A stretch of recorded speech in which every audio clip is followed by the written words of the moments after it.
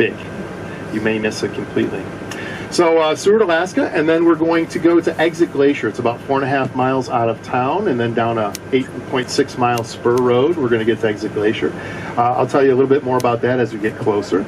It's actually a pretty neat little place.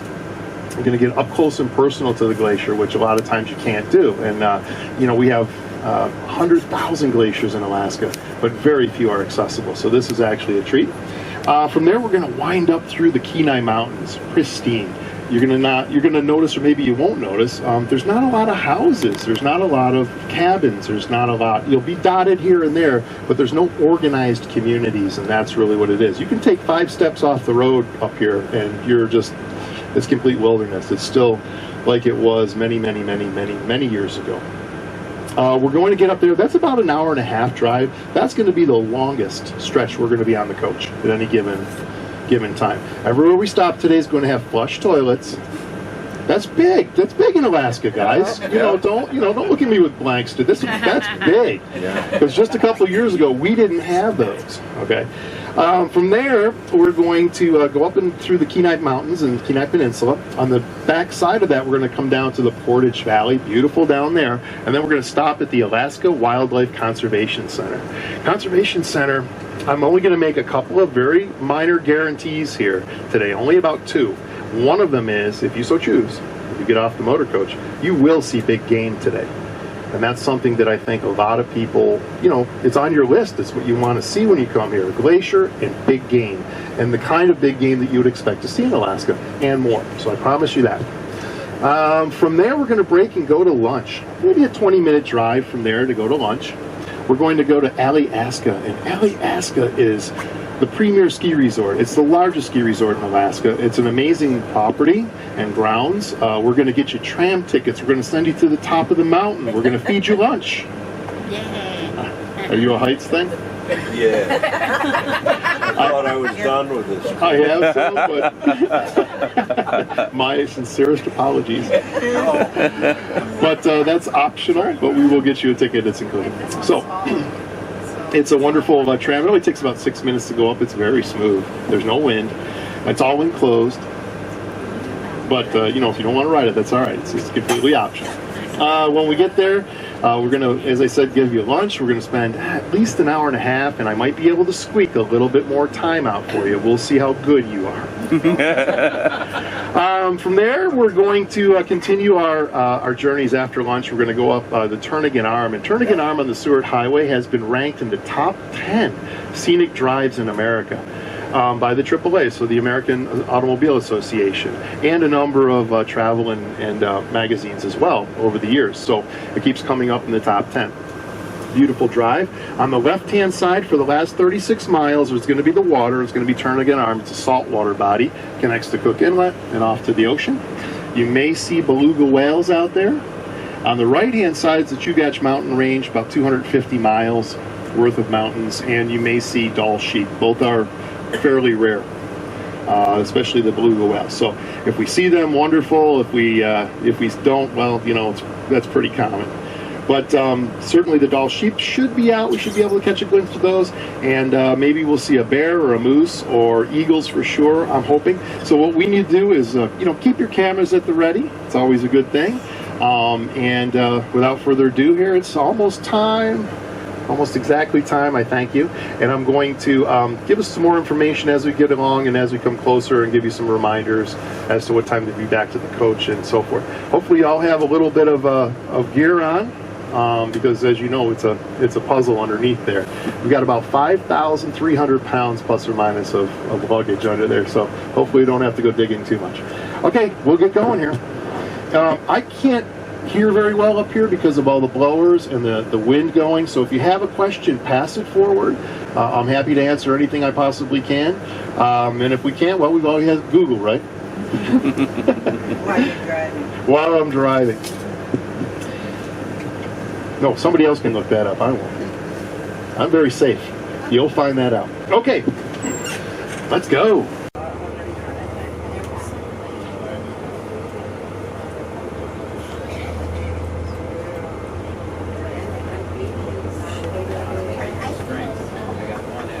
Okay, so the city of Seward, Seward, Alaska.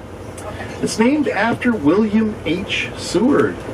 Mr. Seward, well, you know, he's important to Alaska and the United States for that matter, because he was the Secretary of State for the Abraham Lincoln administration back in the 1860s, early and mid 1860s.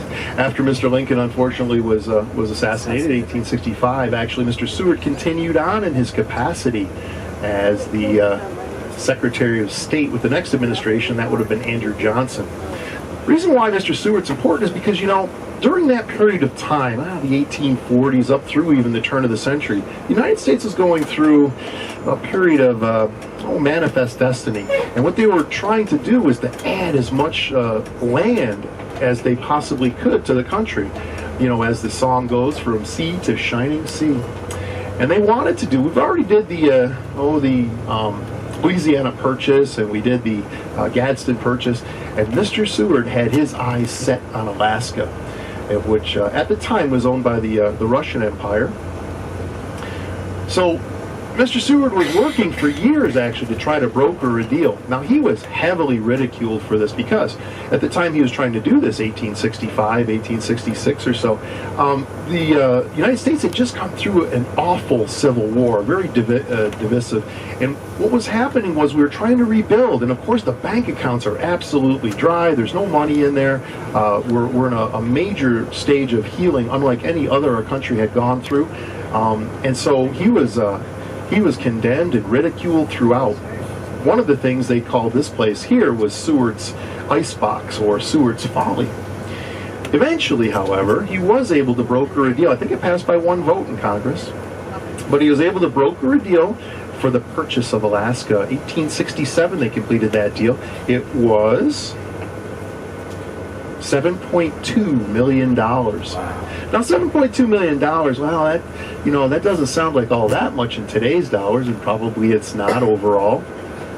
But back then, 1867, it sure was a heck of a lot of money. Now, the Russian Empire at the time was more of a student. They were looking at what had happened in Texas in the United States. And people just kept moving back into Texas. People just continued to move in, continued to move in, continued to move in. Eventually, Mexico couldn't hold it. Mexico just couldn't hold it, even by military force, which they tried. They could not hold it.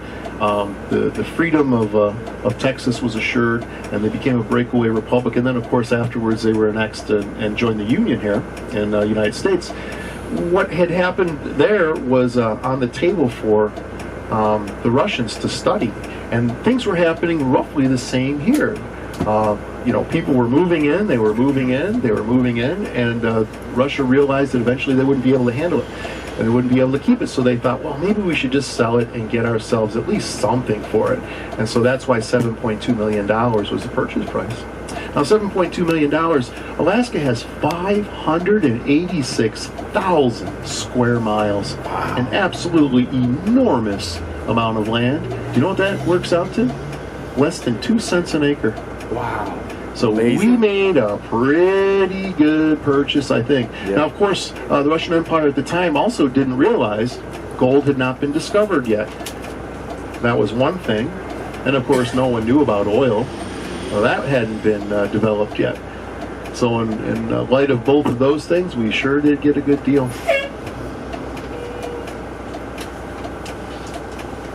Yep, got to be a little bit patient getting on. It seems like it's rush hour, doesn't it, here in Seward?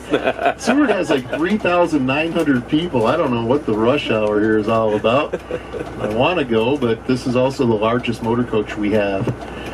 And our safety is first, so safety. Be a little bit more patient. 1 or 2 more minutes is not going to affect our timeline. Hey, folks, I neglected to ask one thing, though. What is the earliest time that we have at the airport? What's the earliest flight time? Do we have anyone that's 7:20? This morning? No. This morning. I got another joker, I can Maybe tell. by 4:30 or 5. Your 7 or 8.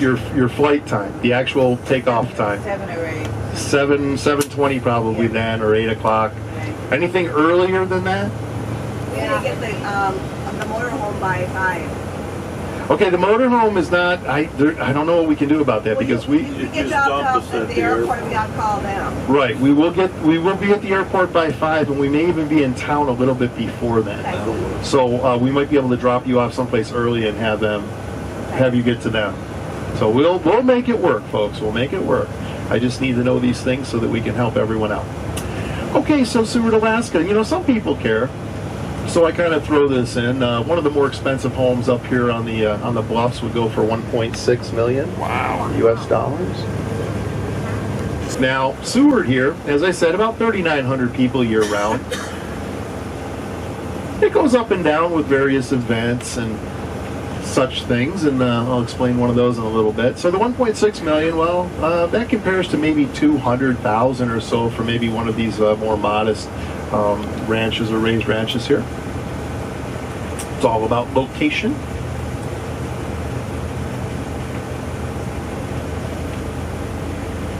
As we come by some of these streets, I don't think C Street has it, but B Street certainly does. You know, the next street up here, there's a little blue sign off to the right-hand side, and that blue warning sign is going to say tsunami evacuation route. Folks, they mean it here. They do mean it. March 27th, 1964, this area suffered an absolutely tremendous earthquake. 9.2 on the moment magnitude scale, very similar to the Richter scale, not quite.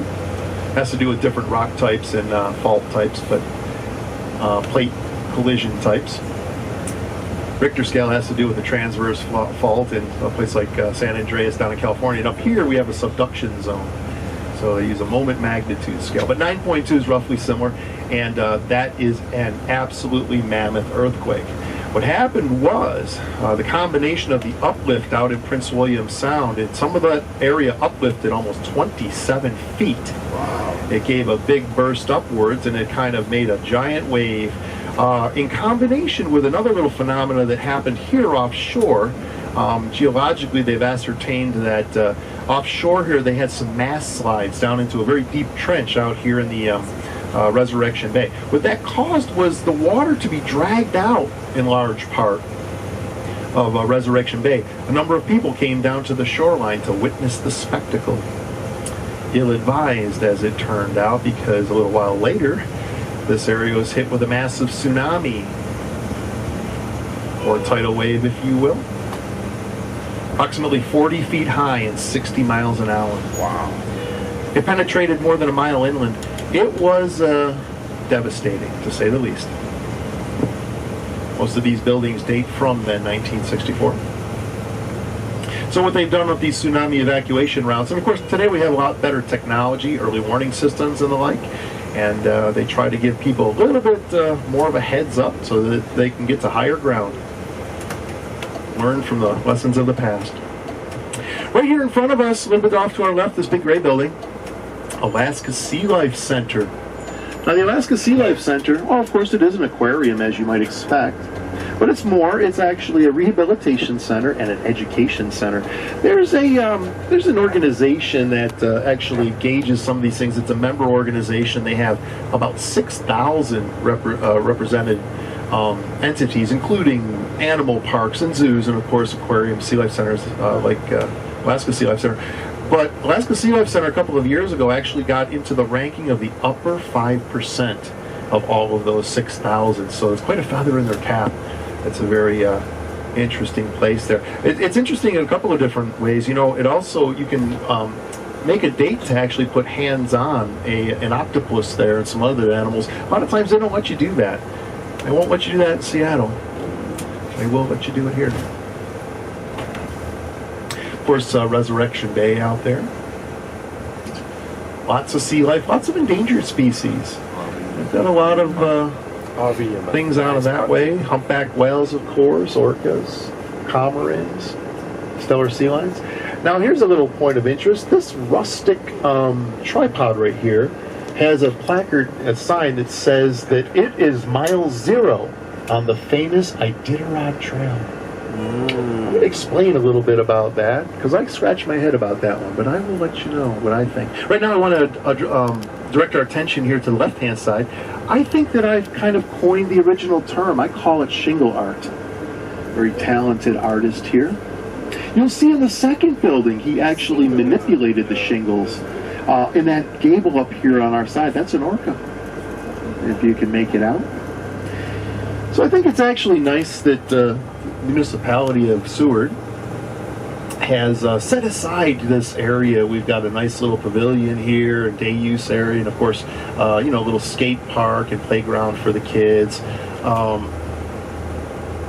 And of course, camping areas. Now, a day like today, I guess, I'd have to say that these people here off to our right-hand side and camping in this area, I'd have to say that their experience would be intense. Yeah.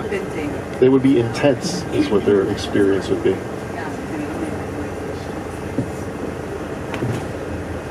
It would be intense. Did you get that? Okay.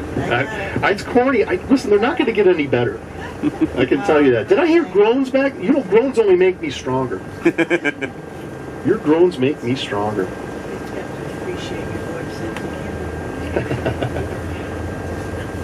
So then, of course, I always like to see through here the different license plates. I don't know, just one of those things. The best ones I think I've seen, I have seen one from France, and I saw one from Argentina. Wow. That was last season. I'm looking for some this year. As the season gets longer and longer, you'll see ones from all over the place, the different states, of course. There's California. I saw Wisconsin the other day, Michigan, New York, Pennsylvania, various other places, especially on the weekend or holiday. Florida. Now, as I said, population's around 3,900, might go up a little bit from there. But on the 4th of July, coming up here, the population of Seward swells to more than 30,000. And you have to ask yourself, why? Why would they do such a thing? That's an otter right out there, folks, if you see that little guy. Right off, a little bit close to the shore, a little sea otter. The reason why it goes up to 30,000 is because of that mountain right off to our left-hand side. That mountain is called Mount Marathon. And if you look closely, you might be able to see a couple of footpaths up there.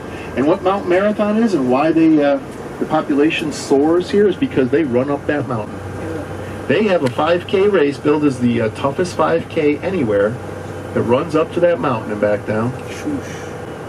That's a heck of a thing. 3,022 feet up and back down. It's probably a free fall you turn around. And they definitely have medical teams on staff there's one training over there for that. Medical staff here all the way down. There are a lot of injuries. You can imagine that. A lot of injuries.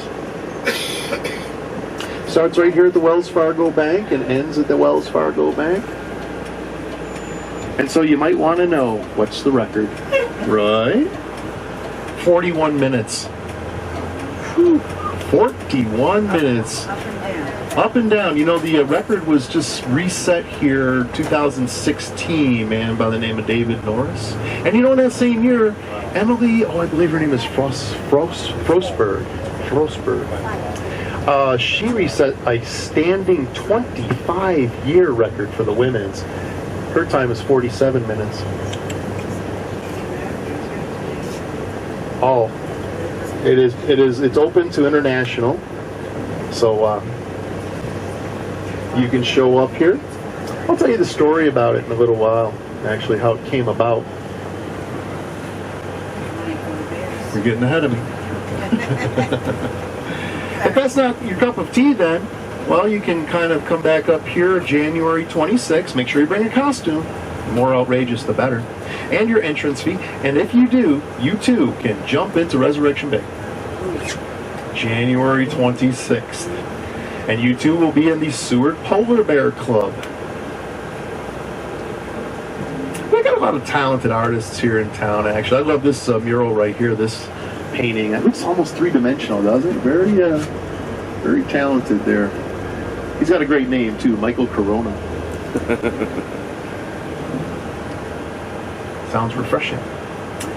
So, a lot of seafood here. You know, Seward, for being as small as it is, 3,900 people, plus or minus, year-round. is in the top 10 fisheries in the United States. What brings in around $67 million a year that I recall reading fairly recently.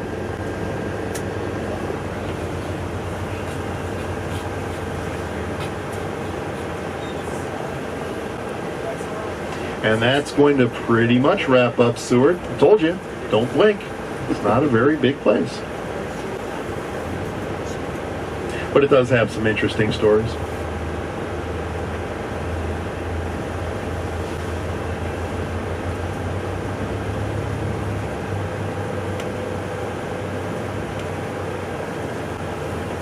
Pretty much pleasant. Much pleasant. Do they close up in the winter is the question. No. No. You will get some snow here. A lot of times it's that wet, heavy snow, but no, they don't close up. They run the fishing vessels year-round. It doesn't freeze up here. It doesn't become pack ice like that. They will have chunks of ice, of course. It makes it a little more difficult, but... And, of course, a lot of the population is seasonal with the summer season. So you might have noticed one of the little brown signs as we actually made the turn here the first time. It is pointing the way to a monument, a memorial, actually to a man by the name of Benny Benson. Does anyone know who Benny was? No. Oh, by the way, all of my questions today are rhetorical.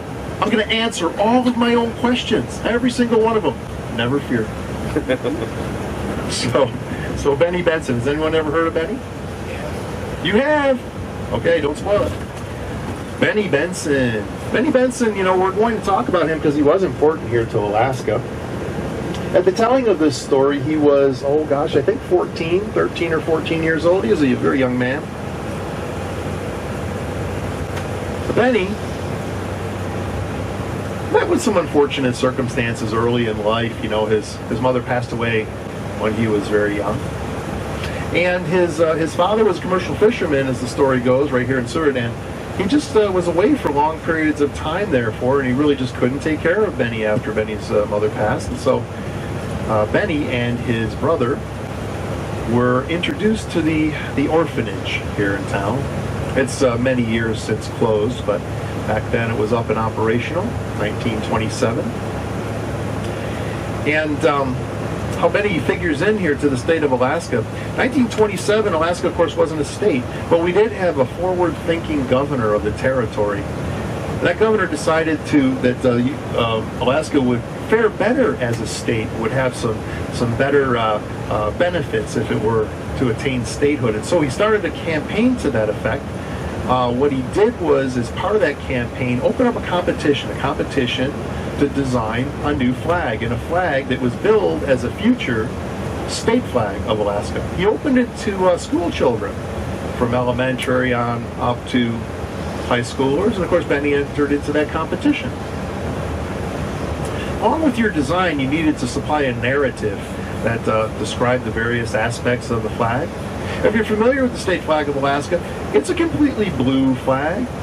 And what Benny said about the blue and the blue background that he chose was that blue represented the vast water systems of Alaska, and the vast water, because of course Alaska does have quite a bit of water. 6,640 miles of coastline. That ranks us number one.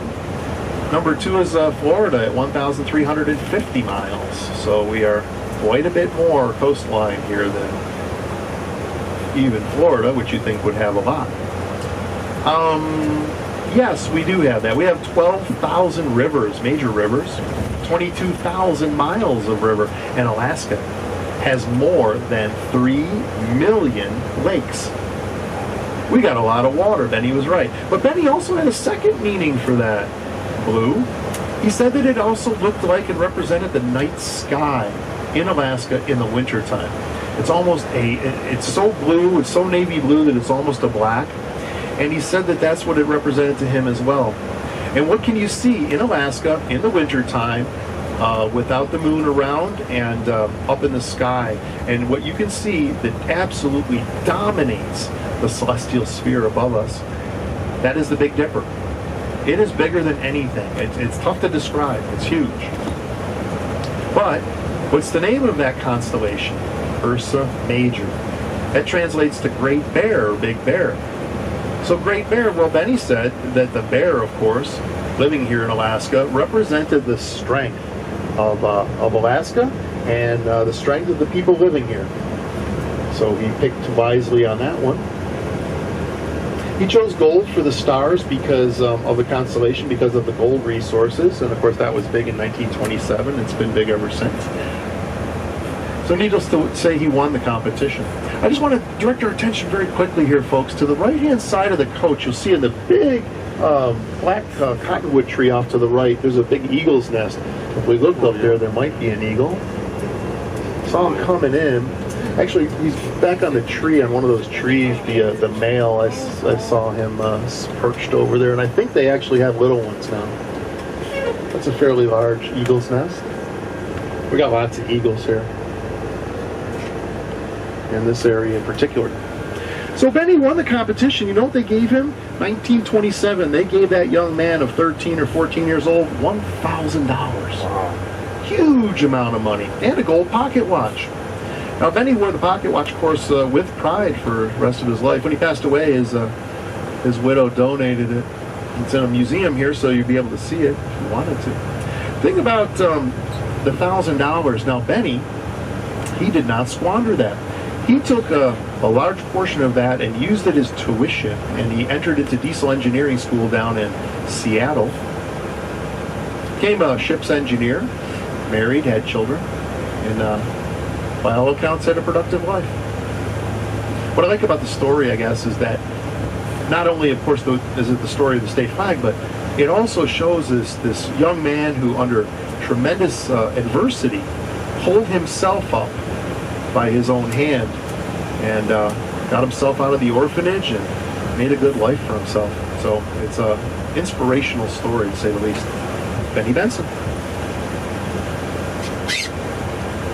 So we made the turn now, folks, onto Exit Glacier Road. It's about 8.5 miles from this point. We'll be down at the glacier. Off to the left, you might see peeking through the foliage here. That's what's called the Outwash Plain. And the Outwash Plain, it looks like, with all of those stones, rocks, pebbles, it looks like a great deluge came down. The river just flooded it out and brought all those stones down. And you might think that's the case, but in fact, those stones are left over from the glacier retreating up this valley. There's a giant glacier that was down here a good 8 or 9 miles, and it's been retreating up this valley for thousands of years, and it left all of that behind. This is a classic braided stream in Alaska, and it's exactly this. From above, it looks like a braided stream. The water cuts channels through those rocks and stones and pebbles to make its path. And so from above it looks like a braided stream, or it looks like braiding.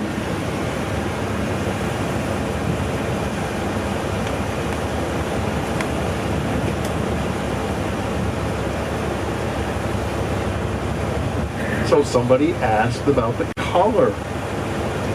The color of the braided stream, of the glacially fed stream. And you're going to notice that the color of a lot of these is, it's a green, or it's in particular, the glacially fed ones that are fresh off the glacier or the runoff or the snowpack are a milky, gray, green, bluish color. And that has to do with a material called glacial loess. That's L-O-E-S-S. Glacial loess is, it's a rock flour. It's a rock, almost talcum powder, as far as its particle size goes. You know, all of those rocks and pebbles and stones and cobbles and boulders and silt and sand, all of that's caught up in the glacier. The glacier, for all practical intents and purposes, you can think of it as a river of ice. Albeit very slow, it does move. And that movement, even so ever so slowly, it's incredibly efficient at pulverizing those rocks that are caught up into it as they rub together, smashing them down and grinding them, and over many, many years, many thousands of years, they turn into that rock flour, that rock powder. That powder is so fine that when it dries out, even the slightest gust of wind is going to pick it up and blow it 20 miles in any direction. And of course, when it gets wet, when it's dry, it coats everything. It coats every leaf, it coats every rock, it coats every plant. And of course, when it rains like today, or it's on the snowpack and the snow melts, the ice melts, it drains off and gets into the stream. Also, the glacier itself is melting, has quite a bit of that material. And it's so fine that even the slightest agitation of the water keeps it suspended. And that is why it has that color and that opacity to it, where you can't even see. Even if it's only a foot down, a lot of times you can't see.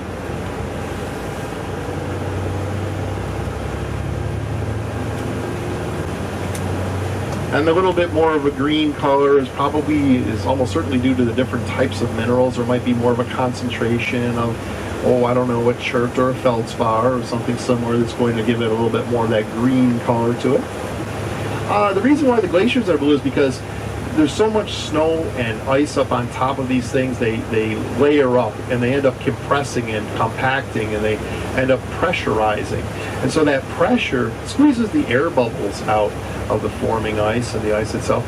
And it also, ever so slightly, makes those water molecules in the ice snuggle up a little closer to one another. And it forms a type of prism. And so if you're familiar with the prism, when light goes into the prism, it breaks it down. The mixed light from the sun, the white light, so to speak, comes in and it breaks it down into the rainbow.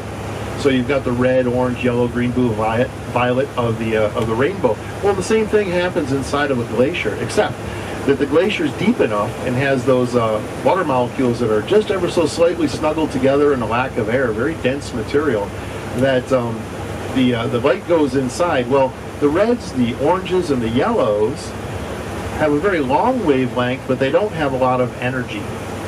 Whereas the blues, the indigos, the violets, they have a very short wavelength, but they have a lot of energy. And so when the light goes down into the glacier like that, the reds, oranges, and yellows, they do not have enough energy to refract around and reflect back out to our eyes. Whereas the blues, the indigos, the violets, they do have that type of energy, and they're the only part of that light spectrum that can get back out, and so that's picked up by our eyes. It's that very rich and deep blue. And the deeper it goes into the glacier, the more blue it looks. Don't worry, folks, there won't be a quiz. So all the vegetation and stuff we're seeing here is in the middle of about a 250-year growth cycle. So we're probably about 175 plus or minus years into the growth cycle. You have to envision, of course, that the glacier might have been 2,000 feet above our head. And as it retreated up this valley, being the bulldozer of nature, it scoured this all completely clean. There wasn't a living thing. And so it took many, many, many years, hundreds of years at least, for even enough of that glacial loss and organics that were carried along on the wind from elsewheres to build up enough to even support a single seed.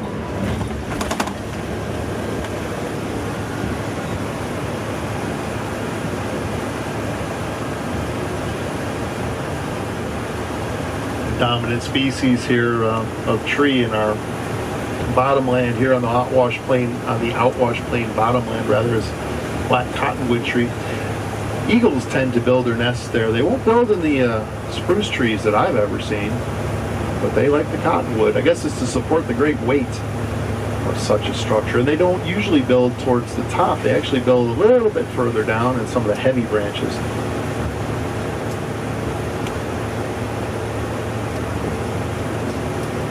So when we get to Exit Glacier, folks, it won't be too long, there's a possibility of 3 different trails you can take.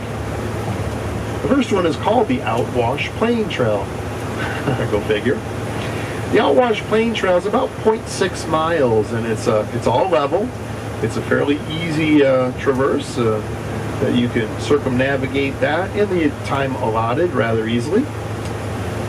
That'll take you out to the water's edge and then right in front of the glacier's face, so you'll be able to actually take some nice pictures. of the face of the glacier. The second trail is called the Edge of Glacier Trail. That trail is a little bit more rigorous, a little more ambitious. It does go up the hillside in some areas, and it will get you up to almost a plain up at the top, a rock overlook that's about the same level as the top of the glacier. Either of them will get you right up to be able to touch the glacier. The glacier has been retreating in recent years. I think they even have it listed as we're not supposed to do that anymore.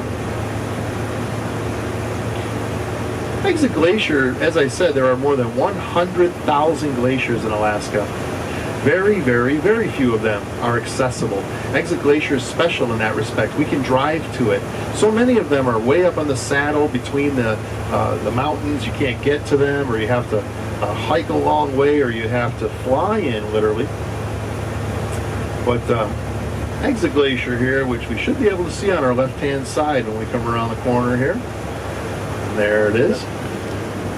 You can actually drive up to and get close enough. So, as a result, Exit Glacier has become a laboratory. It's been a living laboratory here for many years, since around 1815 rather, I think I'm going to have to say.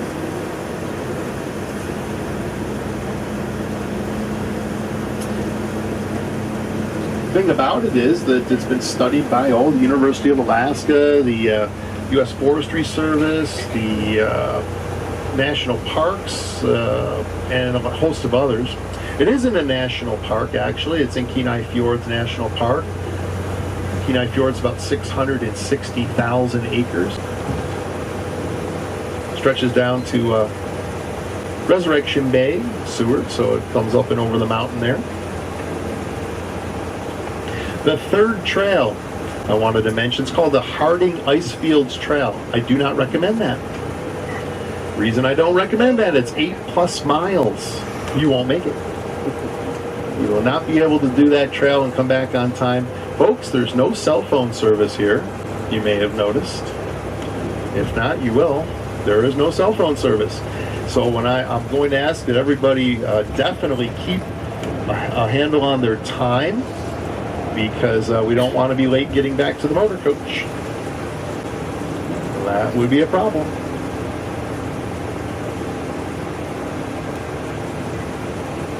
So either the Outwash Plain Trail or Edge of Glacier Trail. Edge of Glacier Trail is a little bit more, it might be a mile, 1.1, and it can be done. Sturdy foot gear is recommended.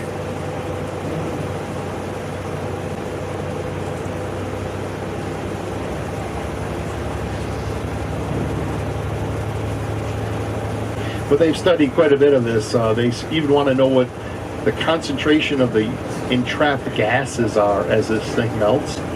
They've wanted to especially study the rate at which it's retreating. Of course, retreating a glacier here is, well, it's a natural process, without question. It's been happening here for thousands of years. What they want to know is what impact people have. What impact our activities as human beings have on the rate. And some things they've found and aren't looking so good for that is, you may notice right here this little brown sign coming up. It says 1815. 1815 right here was where the face of the glacier was. In 1889, 6 years before, or 6 years later, it was right there. 6 years before, rather. So what happened was that the distance between these signs, and here 1894, the distance between these signs, the shorter the distance, the closer those signs are together, the slower the glacier was moving, the slower it was retreating. The further those things are, the faster it was moving, it was retreating. And so now we're driving. We're driving, and we're driving a little more, and we're driving a little more. So you'll be able to see just how fast. They've been moving along pretty quickly. In the last 10 years, this thing's backed up quite a bit, quite a bit. So it's actually kind of alarming. There's some interpretive signage. There's a ranger station here. Inside there's a 3D relief map and some exhibits that'll give you a good handle on the glacier. There's flush toilets. I know that's exciting. It is to me. There isn't a concession stand, so there's no coffee here or food concession. But we won't be here that long. I think we might be here an hour. I'll let us know exactly, and then we can gauge our time, synchronize our watches, and make sure that we know what time we're supposed to be back here. The motor coach will be locked up, folks. You can feel free to leave your belongings. I probably will be with it. I can't imagine going too far, except for perhaps the flush toilets. But I'll be with it, so you can feel free. All of the down below is pneumatically locked at all times.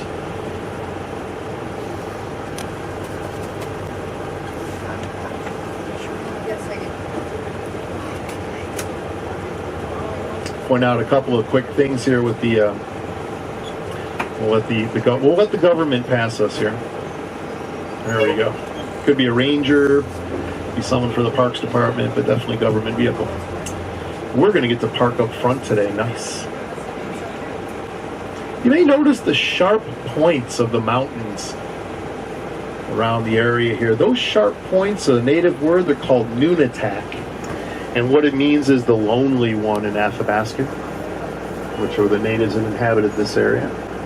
Anyway, those things, if you look just down below them, you might see a shelf or a little bit more rounded area. That's as high as the glacier or ice came in this area, and it might be 2,000 plus feet. A couple things you might see if you take the Outwash Plain Trail or the Edge of Glacier Trail is you might see some rocks, and they have grooves cut into them. Those grooves will probably be most likely parallel to one another. Those grooves are called striations, and it's because they had rocks that were caught up in the glacier, and as the glacier withdrew, it gouged those grooves out. That's called striations. Another thing you might notice is does anybody remember that movie, that story about the Red Ryder BB gun for Christmas? Christmas Story, that's what it was called. The Christmas Story, Red Ryder BB gun, the young boy actually got his tongue stuck to the flagpole on a dare, or triple dog dare, I think it was. Well, the glacier kind of does that as well. The glacier has actually froze to the surface of some of those rocks and sedimentary rocks, and as it pulled back, it popped a piece off. So you might see like a completely flat plane and then a big chunk missing. That's called plucking, glacial plucking.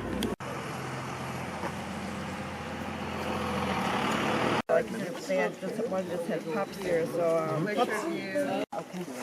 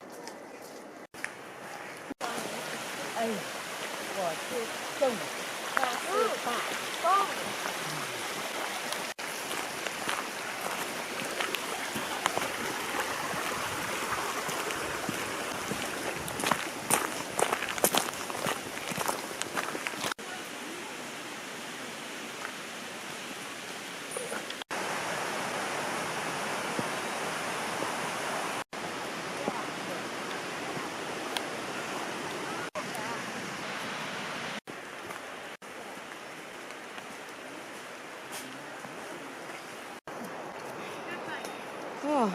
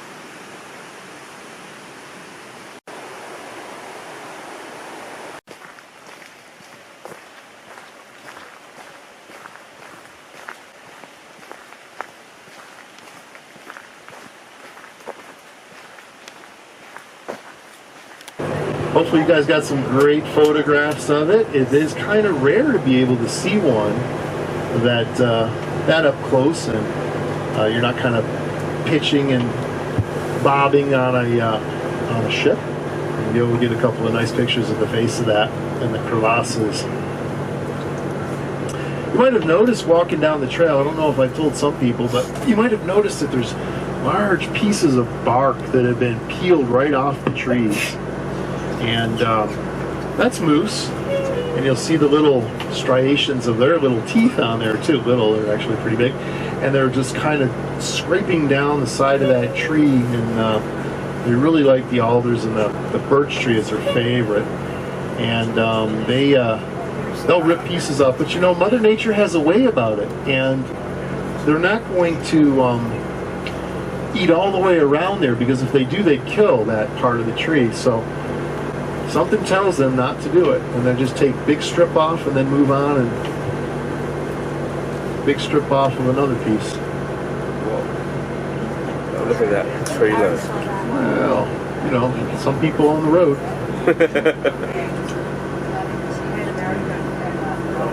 Oh, the trailer, look at that. I don't want to say he's from out of state in Arizona, but I would say. He's in Arizona. Yeah. It's good enough. We're good. As long as we can fit through, we're fine. So I'm kind of fascinated by glaciers a little bit, especially since they're, you know, kind of bulldozer-ish, and they scour things clean and shape everything that we've seen here. Right in front of us, up at the top of the hill, there's a kind of a circular depression. It's called the Cirque, C-I-Q-U-E, and what that is, you know, there was a large glacier sitting up there one time, probably about a couple thousand years ago, and it was so heavy that it made that depression, and then it flowed out and over, kind of like out of the side of a broken teacup. Something along those lines.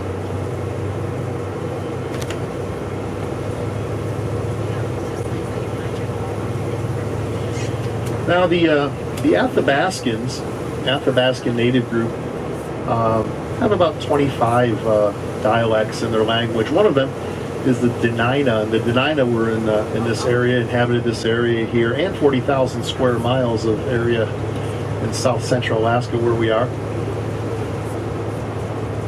They're actually, you know, have become, obviously living here for many, many years, thousands of years actually, have become experts at living off the land, experts at using the vegetation to their advantage.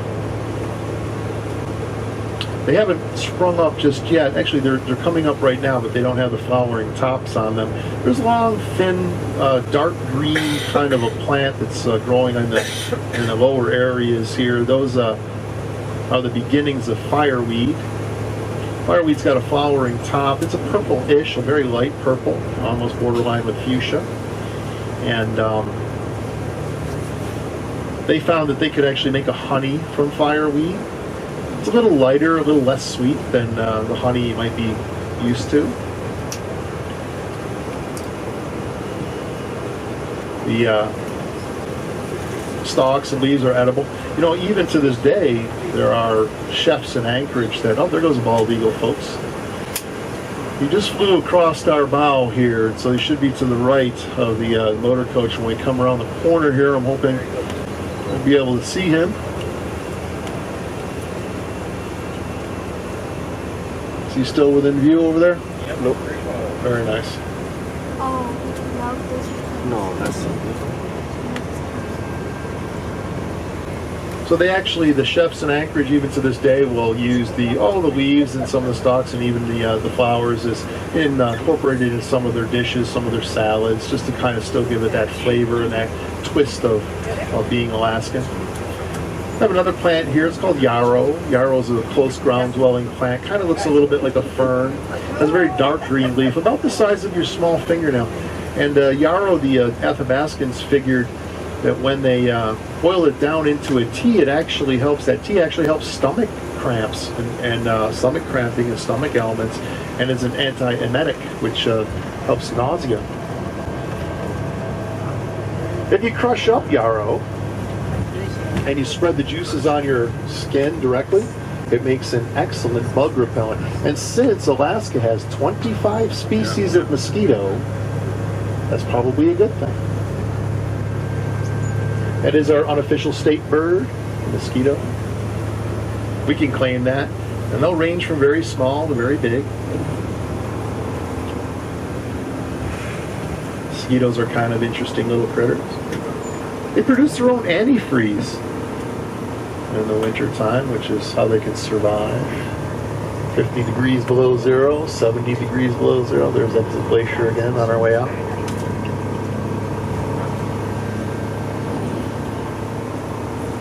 The jury is out, and wildlife biologists are now telling us that it is the mosquitoes that are most probably the cause of caribou migration. That they are just that annoying, I guess. You know, they've actually proven that mosquitoes can pull at least a pint of blood off of a moose in a day.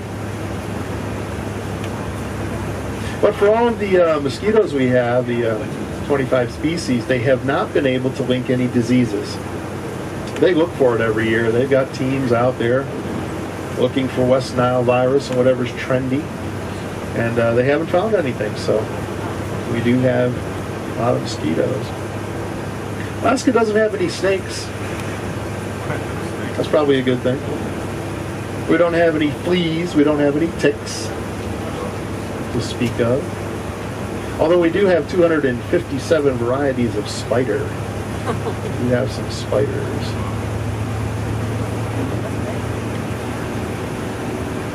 You know, I was in Denali National Park a little while back, and I saw on the side of the road one of the yellow road signs, the yellow and black road signs might tell you there's a curve coming up, or slow down to 35 going around a curve, something like that.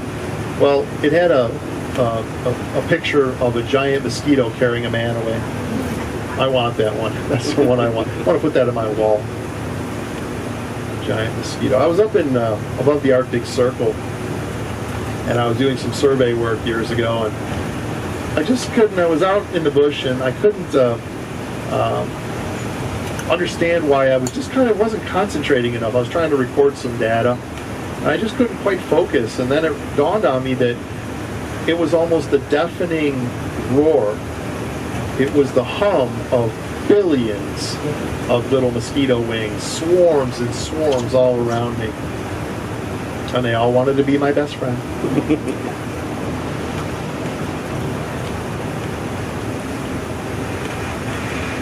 That's why, folks, if we do see some mosquitoes here and there, I ask that you try to, brush them off of yourself before you bring them on the bus, because eventually I'll drop all of you off, and then I am their sole source of entertainment. Thank you for your cooperation. I'm always looking out here on the Outwash Plain because we have seen bear and moose out here, just meandering around. Not a care in the world, some of those guys.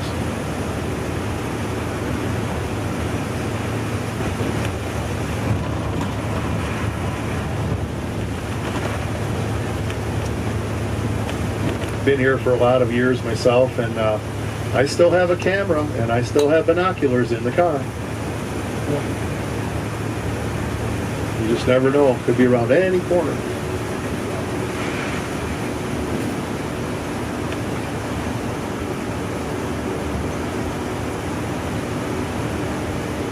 So a polar bear goes into a bar.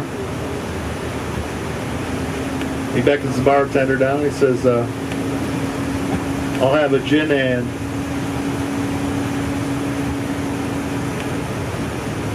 tonic. And so the bartender goes down, fixes the bear's drink, brings it down to the bear, and says, here you go, sir, here's your gin and tonic. Well, why the big pause? The bear looks down and says, I don't know, always had them. It might hit a little pothole, a little crack in the road, a little jostle. Just remember, it's not the driver's fault, it is the asphalt. No? Nothing? That's ridiculous, I know. A lot of them are, well, like I said, the bad news is they're corny, but the good news is I've got lots of them.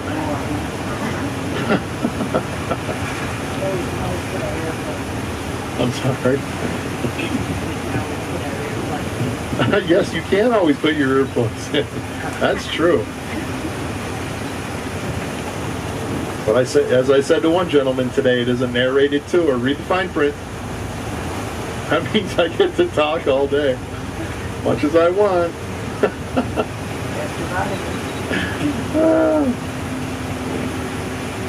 I'm going to have fun with you guys. I can't guarantee it, but I am going to make a prediction, and I predicted the weather should get a little better for us as we travel towards Anchorage. And when we get there, I'm hoping it'll actually be short sleeve, short weather. I'm being kind of optimistic. And that would make sense because they speculate that the eagles, whether they know it or not consciously, I don't think, but Mother Nature has a way.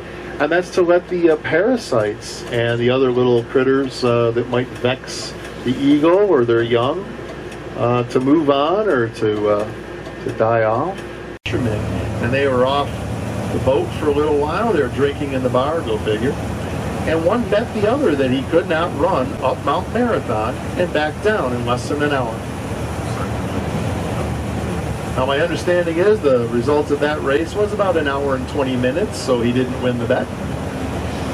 But Seward being a port town, being a port city, every ship that came in had its challenger. They all heard of the Mount Marathon run, and every ship's challenger was doing that. Now as an organized run, they really don't have it. The information's a little sketchy. We really don't know. Some claims 1908, 1911, 1912. But the first organized Mount Marathon run was 1915. And that makes it the second oldest foot race in America.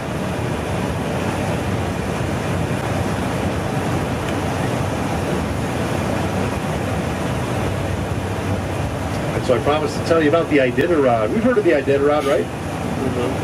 The Iditarod sled dog trail. Iditarod race.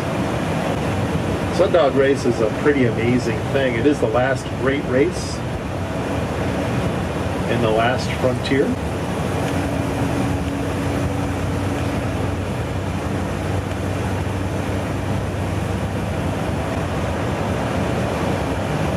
Started out 1925 as the Serum Run, it was called. It became known as, rather, and then also the Great Race for Mercy.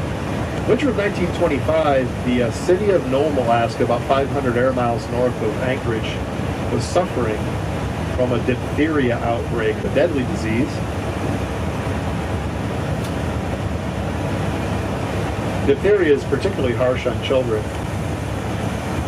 The native population did not have a resistance to that largely European disease, and so the Dr.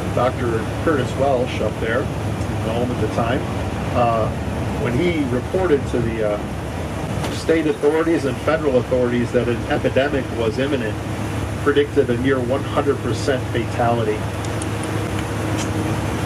of anyone who contracted that. And that was coming true. We had a number of cases. Now, there is an antitoxin that was developed and it was available in 1925 for diphtheria, but in Nome, the hospital's supply in the city was expired and non-viable. So they sent out by telegraph emergency pleas to Anchorage, Fairbanks, Juneau, down to Seattle, trying to find a supply of diphtheria antitoxin to be able to administer to the town.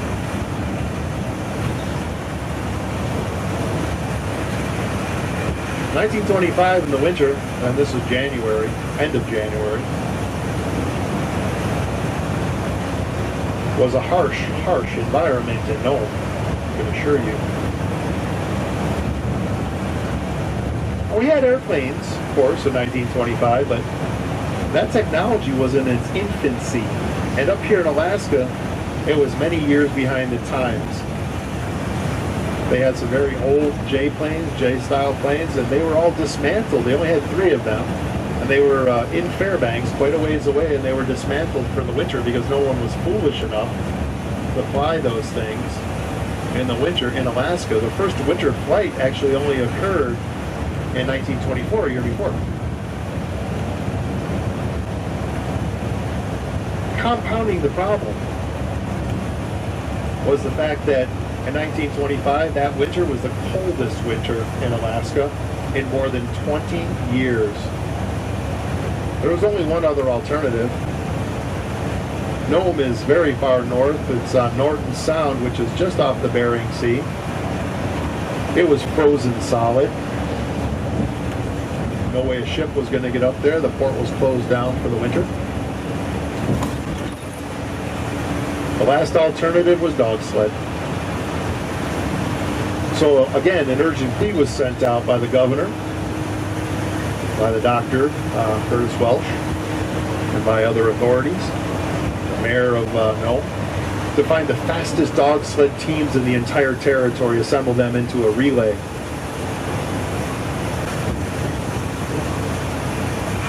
Many answered the call. Without them, the city of Nome was sure to perish. As many as 10,000 people in the entire territory up there could have succumbed. And as I said, Dr. Walsh, he predicted a 100% fatality.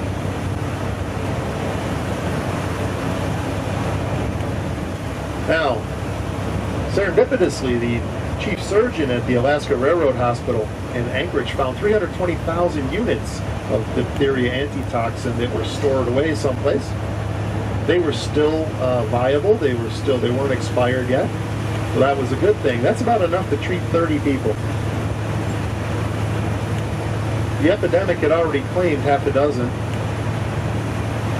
and more people were, or half a dozen fatalities already, and more people were diagnosed and sick. So finally, on January 27th, with the first dog sled teams in place, they loaded the antitoxin on the train. The train had just been completed, the Alaska Railroad had been completed 2 years before, 1923. brand new. They put it on the train and they shipped it as far north as they could, the town of Nenana. Nenana's about halfway between Anchorage and Fairbanks, but Nenana's almost exactly east-west of Nome. And they actually had a dog sled route that was taking the mail. Trouble is, it took 3 weeks to get the mail, 647 miles by dog sled to Nome. So now they've got an incredible task in front of them.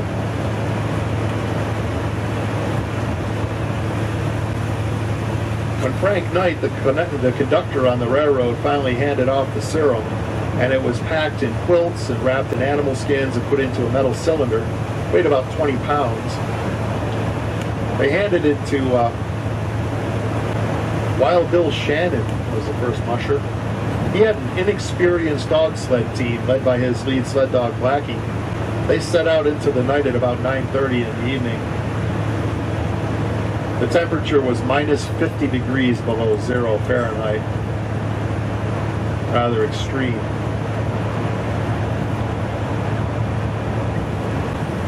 They took off without delay, trying to make their way to the first checkpoint.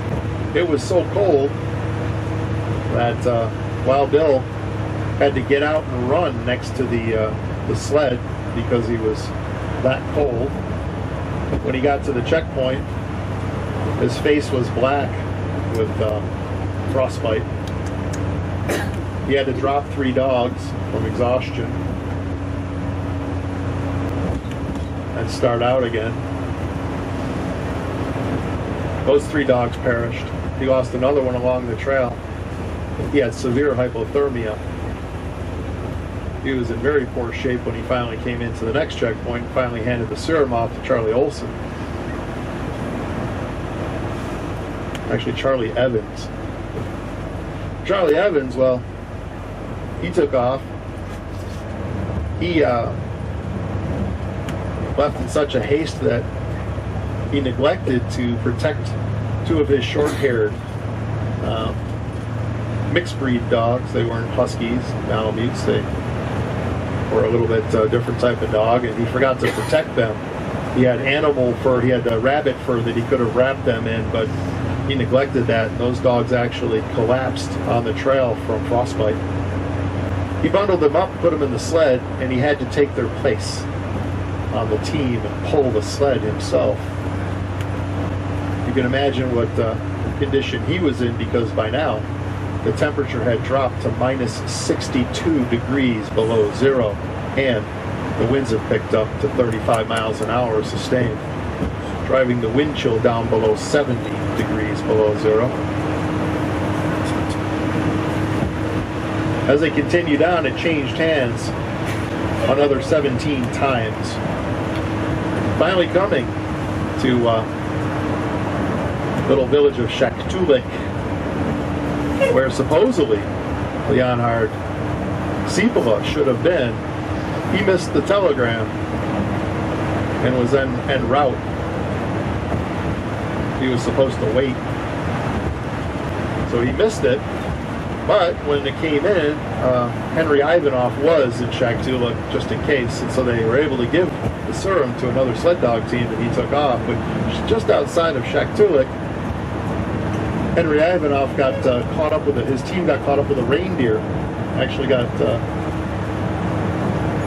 entangled, and he was trying to sort out that mess. Well, just by chance, Seepola came by with his sled dog team. Now, Leonhard Seepola, he was known to be the fastest musher in the entire territory. He won the All-Alaska Sweepstakes 3 times, and he set a world record. His team was the fastest, and he was known to be the best musher. He was chosen to run the final leg of the journey into Nome. But again, because of some miscommunications, he ended up out in Shaktoolik. When Henry Ivanov saw him, now Seepola was on a race against time and life and death. Then 230 miles. Extraordinary. have to remember now, folks, this is during the winter time in Alaska, the polar night. There is no light that far north. It was all done in pitch black darkness. It was nothing but the dogs. Whiteout conditions, and now blizzard. The storm had increased, eventually reaching 80-mile-an-hour winds across Norton Sound, the open ice. I want to point out that Mr. Sepula's lead sled dog, Togo, was 12 years old. Amazing creature. He finally handed it off. Charlie Olson. Charlie head out from the bluffs. Wind was so bad it blew his sled over, blew his dogs off the trail, if there was a trail.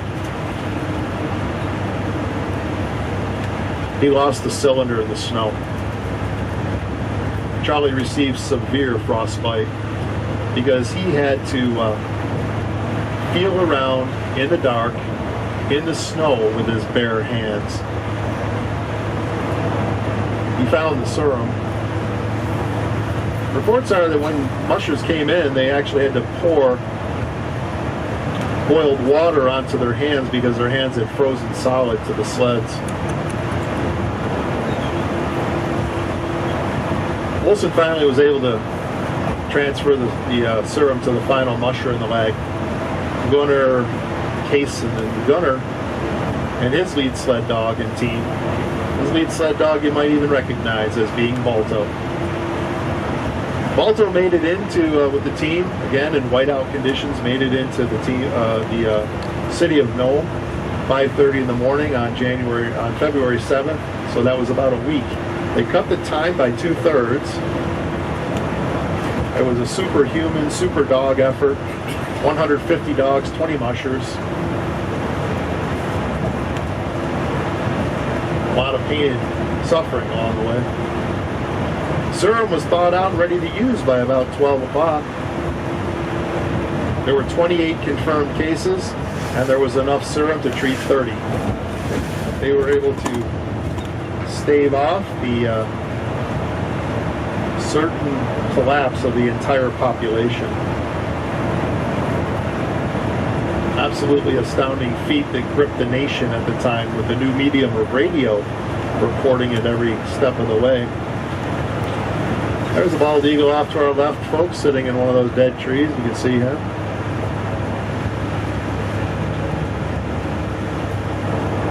Lots of eagles. And so ever since that time, of course, that infamous 1925 serum run, there's been an effort to commemorate and honor those amazing creatures, those dogs and the mushers, their courage, selflessness.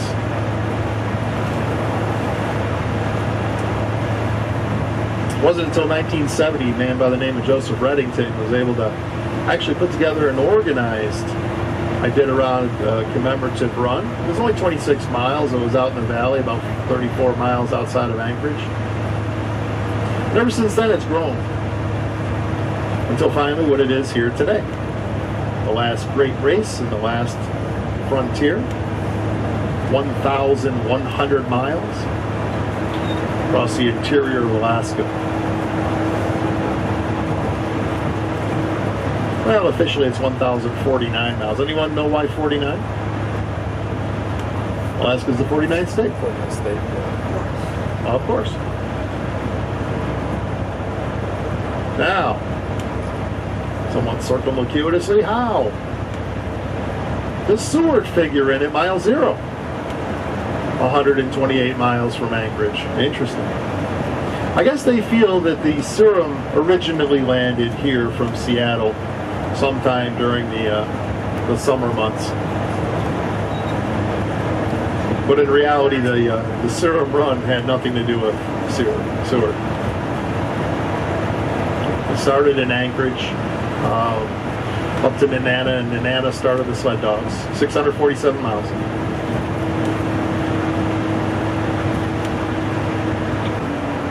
$70, 80 pounds Largest being 97.5 pounds. That is one big salmon.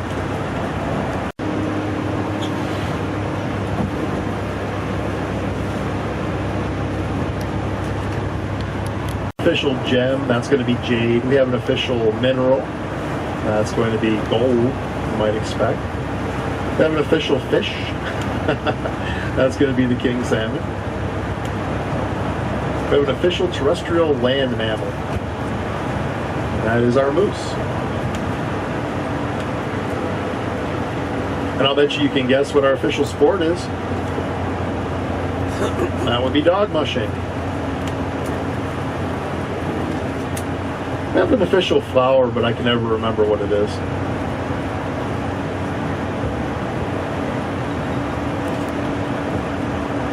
And that is because it's the forget-me-not.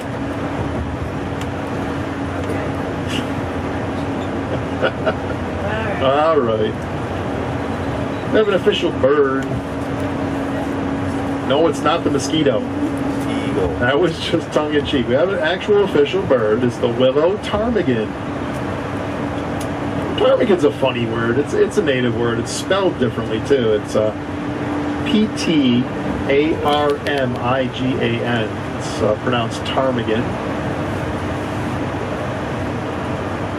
We call them Alaskan chickens.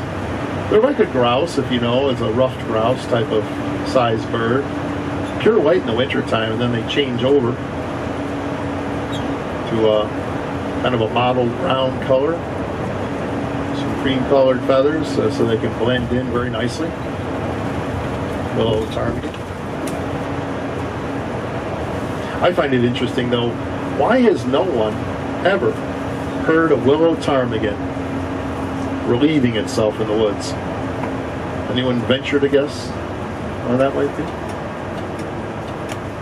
Well, that would be because the P is silent. No? Yes, look. Wow.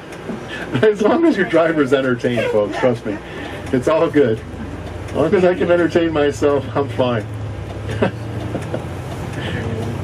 You had fun today, let me tell you that.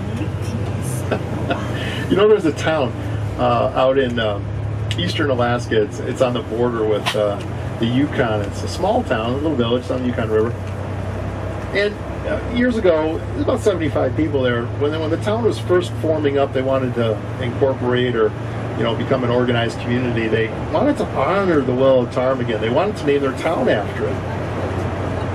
But of all those people, none of them could conclusively agree upon the correct spelling of ptarmigan. So today, the name of that town is Chicken, Alaska. Doesn't say a lot about the people out in eastern Alaska. It was heavily fished to the point of overfishing in the 1950s. So the state and federal governments got together and said, we better do something a little more proactive about creating sustainability in that. We've really had a lot of serious restrictions on catch limits, size, and so on. So it's very heavily regulated. In addition, they breed a lot of them, so actually produce a lot of salmon fry up here. Got a couple of hatcheries. And they'll populate these lakes here and streams, and these little guys, well, they'll grow up here for a while and then they'll get large enough and they'll swim down stream, they'll make it to the ocean. They'll live about 2 to 5 years and they'll come back up and spawn and continue on the cycle. So the Trout Lake system, we'll be passing a couple more examples of it. It's fairly long. That's a very important water body, water system here for us and for the salmon fisheries in the area.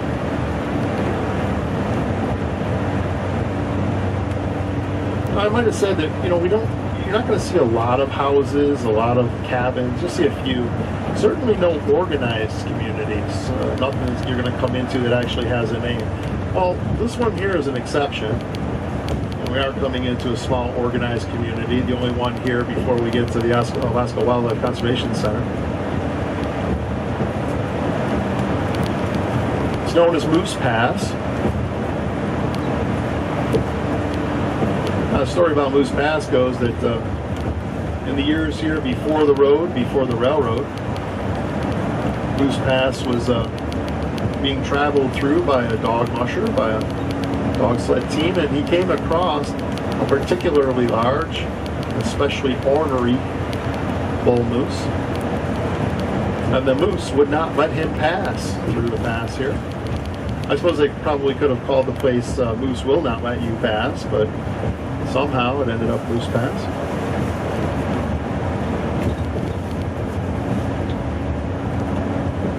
So you'll see a few more houses here, and a little bit more of an organized community in the center of it, very small.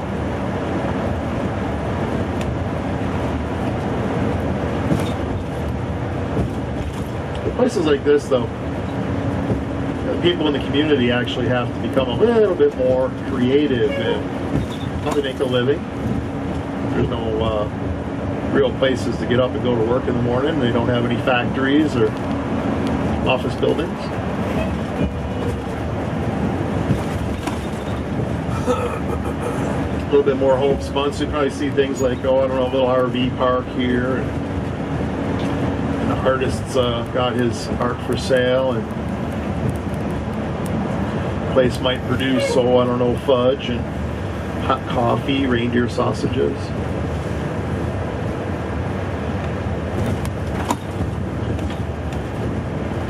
Little lodge up here that actually has a pretty good breakfast. And they have some float planes that you might see out on the lake as we come up to the right here, and they'll take people flight seeing, they'll take people fishing in some of the more remote areas.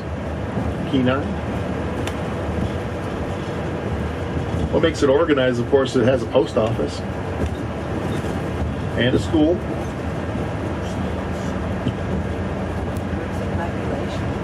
Small. The population is small. Has a little grocery here. You see the float plane over there. You know, there's a little, there's an old water wheel here to the left-hand side, and it's connected to a grindstone, and the old weather-beaten sign says that Moose Pass is a peaceful community, and if you have an axe to grind it here. Kind of cute. There's the whole population of the town. I think they're a little vain, Moose Pass. Reason is because for all of that, you didn't see a service station.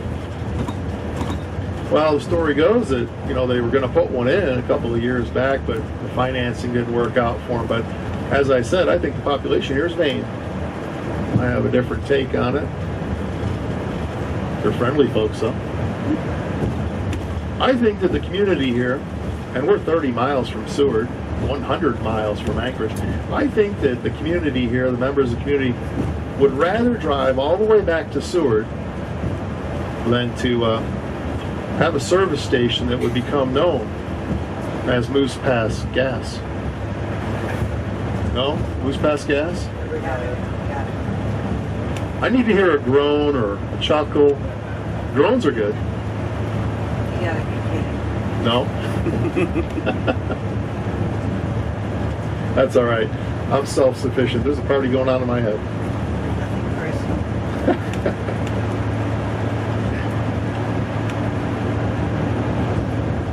My younger brother. He's just a couple of years younger than I am. My brother was in the National Health Service Corps. And what that is it's like the Peace Corps for medical professionals. The federal government, well, they'll pay back your student loans, but you owe them in a high needs area to serve out as many years as they paid off of your loans, performing your duties. Now, it's a very coveted program. There's only 400 scholarships in the country any given year. My brother's brilliant, so he was actually able to secure one of those. Upon graduation, he was offered 3 choices. His first choice was a federal penitentiary in Georgia. His next choice was a reservation up in North Dakota. And his final choice, and the one you could probably guess, the one he selected, would be a remote village in Alaska. Now my brother, he's kind of a city guy. He likes his amenities, his nice warm bed to sleep in at night, and flush toilets. They were a little bit in short supply in some of the remote villages he was in, but what wasn't in short supply up in the village of Unacleet, where he was stationed, which is about 500 miles north of Anchorage, was natural beauty. He was in a sportsman's paradise. Now, my 2 brothers and myself, I'm the outdoorsman. I'm the one who hunts and camps and fishes and whitewater rafts and we'll go on wilderness excursions. And of course he knows this, and we're very close, so we'd speak on the phone regularly, and he was always beseeching me to come up to Alaska. He's like, Allan, you got to come up here because you're going to take to this place. It's what you've always said you wanted, and that's true. I always did want to come out west. I was on the East Coast at the time. We went back and forth like that for almost a year, because at the time, of course, I had a company, and so I was always involved in this project or other, or just always up to my neck in something. So I kind of put him off. And I went back and forth and back and forth. And then one day, almost exactly a year later, the FedEx delivery van showed up. The FedEx delivery man got out and handed me a letter. And in the letter was first class round trip tickets. So my brother made me the offer I couldn't refuse, and I absolutely had to go. So of course I got myself on a plane and came up here. In the interim there, he had actually befriended the owners of a higher-end lodge, a fishing lodge, only commercial operation on 75 miles of wild and scenic river up in Unacleet. And I went up as a guest, and I stayed about 3 weeks, fishing, having a good time, hiking, kayaking. At the end of those 3 weeks, I was preparing to leave, and the owners of the lodge came back to me, and they asked me if I'd stay on. They said, well, you get along well with the guests, and you know how to fish, you know how to raft, you know how to run the river.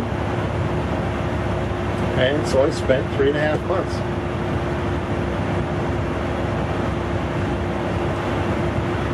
I went home.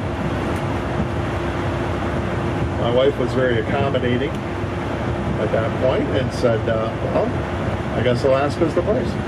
2 months later, we liquidated and now been here, almost 19 years. A bridge here, Canyon Creek, and this is what touched off the gold rush. Gold was discovered underneath this bridge, 1895. But I wanted to point out the other bridge that's down below that one to the right-hand side, and just wanted to say that that was the original roadway bridge, and it was the only bridge left standing after the 1964 megathrust earthquake that happened in the area. So powerful was that quake that, the entire infrastructure was in ruins here, all the way from Anchorage all the way down to Seward and then some. The railroad was twisted like a pretzel everywhere. None of the roads were passable. That was the only bridge left standing. So powerful was that earthquake that it slowed the Earth's rotation a bit and tilted the Earth a little bit more on its axis. Calculated 9.2 on the moment magnitude scale as being equivalent to 10 million atomic bombs going off all at once. Changed the face of everything around here, that's for sure. I'll be driving by and look at some of the geology. And the sedimentary rocks, the schists and the shales, they're laid down like a layer cake. And the ones around this area laid down about 65 million, 75 million years ago. They're laid down horizontally. Gravity is what pulls those particles down, one on top of the other, and then many, many layers get deposited upon each other. But I find it interesting that when you look at some of these in this area here, they're not horizontal anymore. They're at these grotesque angles, and in fact, even vertical, like they are here. That's just a testament to how powerful the seismic activity is here, how pervasive, that it can push solid rocks up and make these incredible angles. We have the North American and Pacific plates smashing and bashing and crashing together in this area. We're averaging about 34 earthquakes a day here in Alaska. Of course, many of them are too small to feel, but there's a few doozies. We don't have those craggy rocks and mountains coming right down. The slopes of the mountains are a little bit better.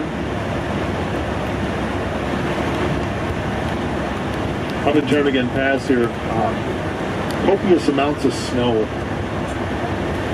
Not unusual to get 20 feet up here. So it's a perfect winter wonderland, and that's exactly what it is here in the wintertime for us with old snow machines. That's what we call our snowmobiles.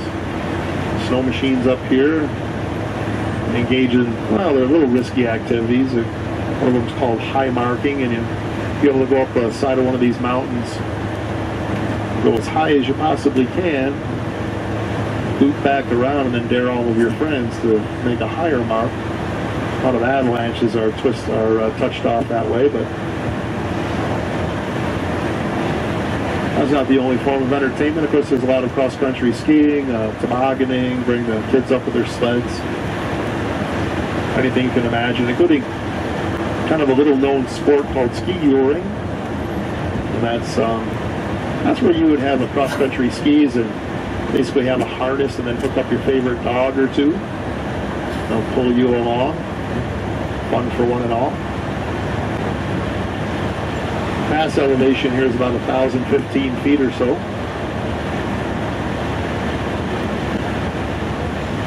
The snow's a long time going up there because just about 2 weeks ago it actually came up to the side of the road.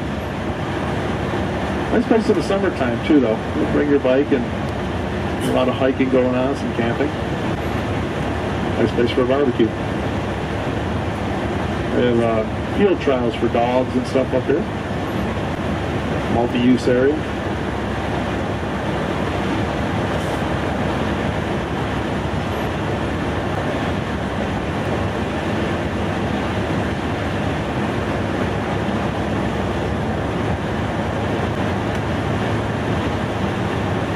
But the pass is closed every season in the wintertime, at least once or twice for snow removal, because it's just too much.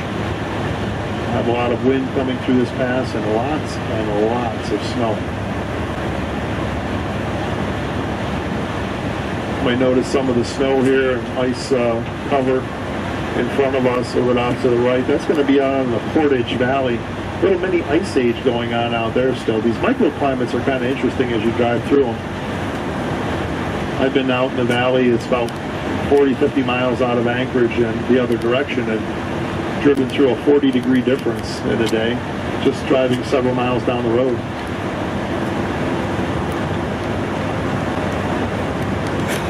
That's Alaska. Got to layer up.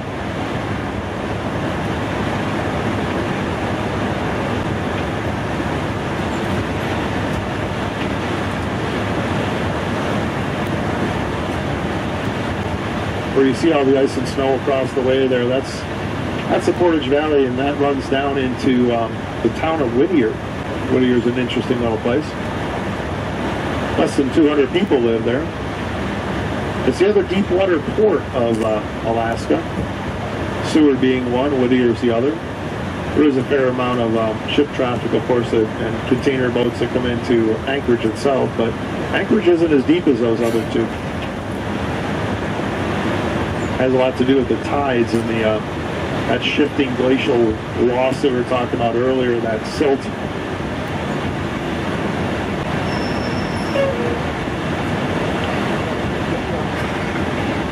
Well, Whittier's the other one, and they actually set that up in the early years of World War II. And they chose Whittier to be the deep water port, well, partially because it's only 57 railway miles to Anchorage. They were very concerned, of course, at that point in time of providing for the defense of Alaska. So they thought that would be a good place for a deep water port. But the other reason they chose it is because of its crummy weather. It actually has more than 300 days a year of cloud cover. Fights it out with Ketchikan every year as being the rainiest city in Alaska. More than 197 inches of rain a year.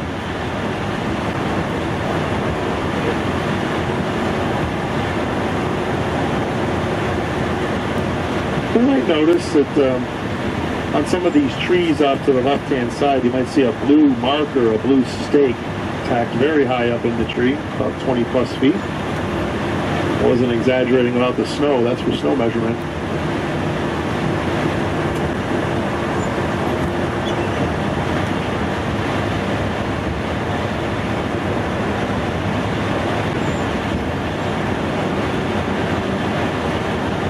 We're still on the Kenai Peninsula, but when we come to the end of this significant hill here, we will be at the end of the Kenai Peninsula. And then only moments away from our next destination. So about 15 minutes or so. Headed off to the Alaska Wildlife Conservation Center. Sage happening. Lots and lots of snow up in that valley. A lot of that stuff right there will stay year-round.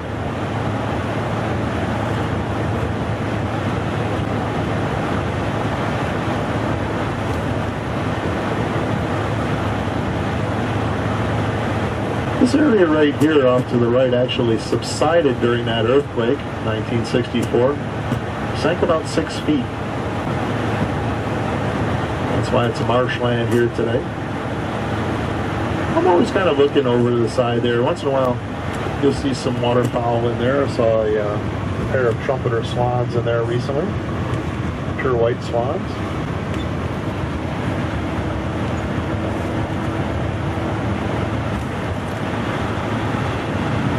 So we're very close now to the Alaska Wildlife Conservation Center. Alaska Wildlife Conservation Center was really started by a man by the name of Mike Miller. Mike started it out as, well, he understood that people coming to Alaska had a very short list of things they wanted to see to check off, and one would be glaciers, of course, the other would be big game. And unfortunately, folks, you know, the animals here in Alaska, the wild ones, well, we don't have them on our payroll. So we can't just queue up the moose anytime we want. So he thought, hey, why not start a for-profit ranch-style place where people could go and take photographs, enjoy the animals up close.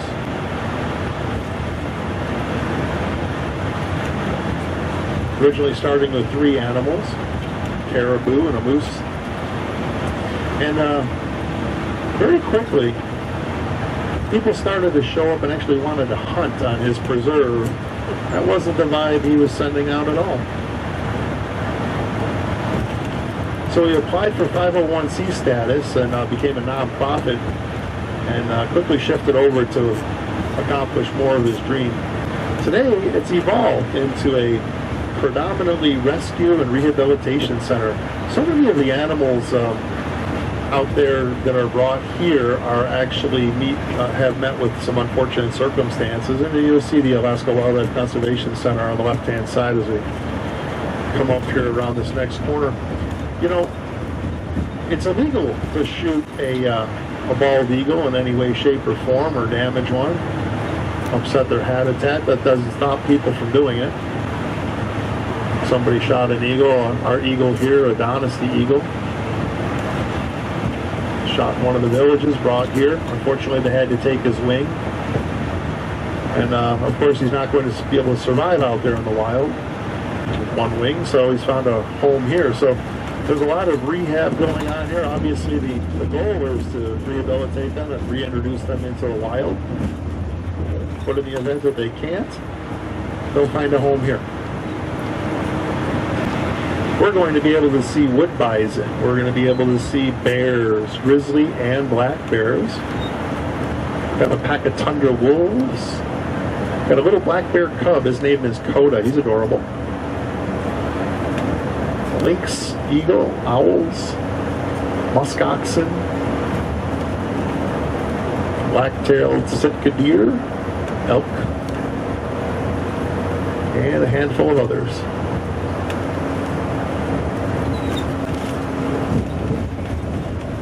Now, folks, when we pull in, I'll mention this a couple of times today, Alaskans, I being one of them, we don't like to wait in line. I don't think we've been a state long enough to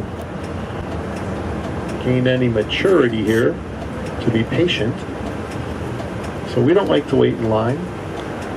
So I'm just going to hop right off the coach, and I'm going to get us our entrance vouchers and tickets and get right in there. You might notice you have cell phone signal out now. You didn't before. You got a decent cell phone signal here.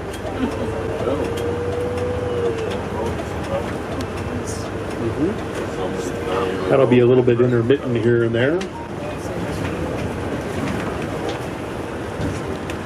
You're going to notice the wood bison, folks. These are bigger than the plains bison. And in fact, that you might be familiar with down in the Lower 48. And in fact, these are the largest North American mammals.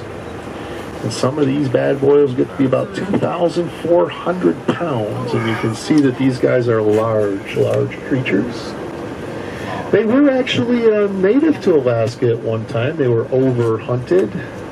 And they're actually part of a success story here. We've developed a herd big enough that a number of years ago they actually were able to release their herd out into the wild, into their ancestral breeding grounds, hundreds of miles from here. It's a big project. I'll tell you all about it in Bison Hall, which is a brand new building where there's flush toilets. You may notice the wood viewing platform off to the right-hand side. They're sprinkled throughout, and they are going to be able to provide an unobstructed view, so you'll be able to take good pictures without having fence lines. You know, having said that, you might notice the fences off to the right. They have a very large weave aperture there. They've got bigger openings, so you can zoom right in, even with your phone's camera, because a lot of times you'll be able just to walk right up to that fence. This is about as far away as we would get, but you'd actually be able to walk right up and put your phone right on the fence line. So, and folks, what you tell your friends and family back home about your photographs up here from Alaska, none of our business. We're not going to judge. We're not going to judge you. That's your business. I've got some great photographs from here, and my friends are like, "Where'd you get that great photograph of the grizzly?" And I was just on a hike. I just came around the corner. There he was, and I took a picture. So, like I said, we don't judge you here. You guys do, whatever you want. What happens here in Alaska stays here in Alaska. So we're going to slip right on in here. I'm going to park the coach by the flush toilets. See how big of a deal that is to me. The simple things, I swear. All right, let me hop right off here, folks. They're kind of expecting me, and I will get us right in here as quickly as possible, and I'll be right back with you.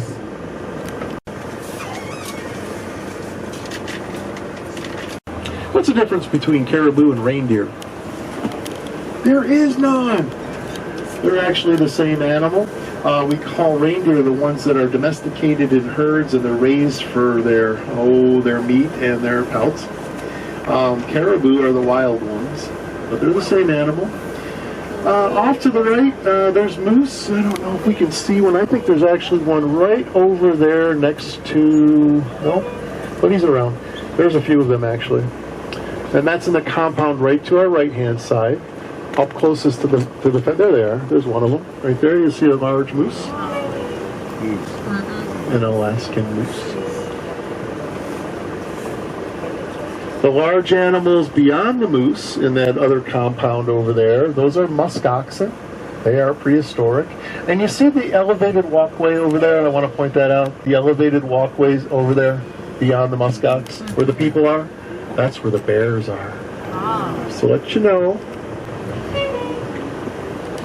That's where the bears are. That's about the extent of that part of the park. You can go a little further. There's some more wood bison and stuff you can get up close to, but a lot of the other stuff is more on this side. Of course, you got the reindeer and caribou. We've got a couple of large moose in this compound. There's another big bull over there, and their racks get bigger and bigger and bigger. They vary. Beautiful viewing platform here. Again, this red roof structure, and you'll be able to get out there and get some beautiful photographs. And once again, no tan lines, fence lines, that is. And we've got some porcupines. We've got a number of little guys here that are worth taking pictures of. The red buildings over here, briefly, is a gift shop. The eagle, the lynx, the owls, that's on the back side of that building. The tundra wolves are at our 9 o'clock direction, directly off to the left-hand side of the coach. And just next to them is a little black bear. His name is Coda, so it's worthwhile over there. They do have, folks, an espresso stand. They have a concession stand here. I don't really give it my seal of approval. I would have to say that they're notoriously slow. And we're going to feed you lunch right after this. If you do decide you wanted to get something from there, I would recommend you do it right as soon as we get off the coach, because they are that slow, number one. And number two,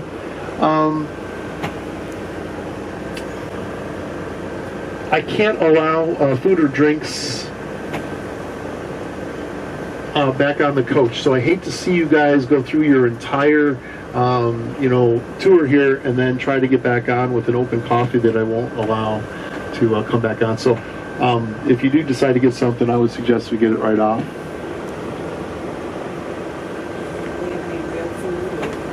They do have reindeer sausage or reindeer dogs or something similar. I'm going to take a quick drive through the park here so you can get a gander at stuff.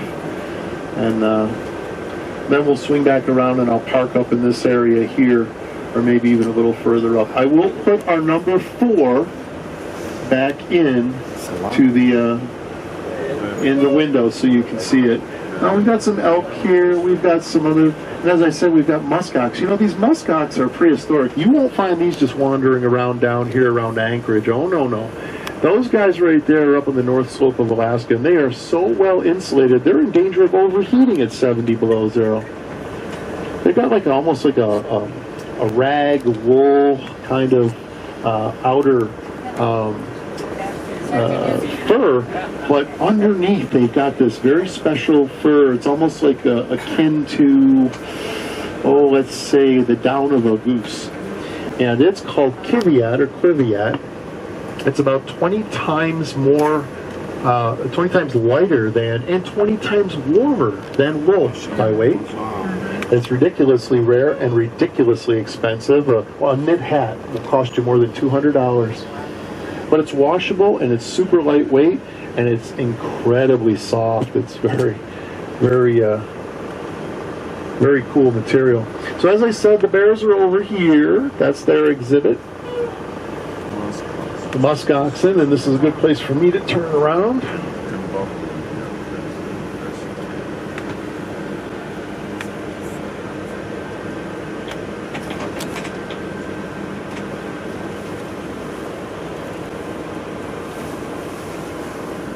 I think we'll have at least a solid hour here, folks, maybe a little more. I'll have to check our itinerary for us.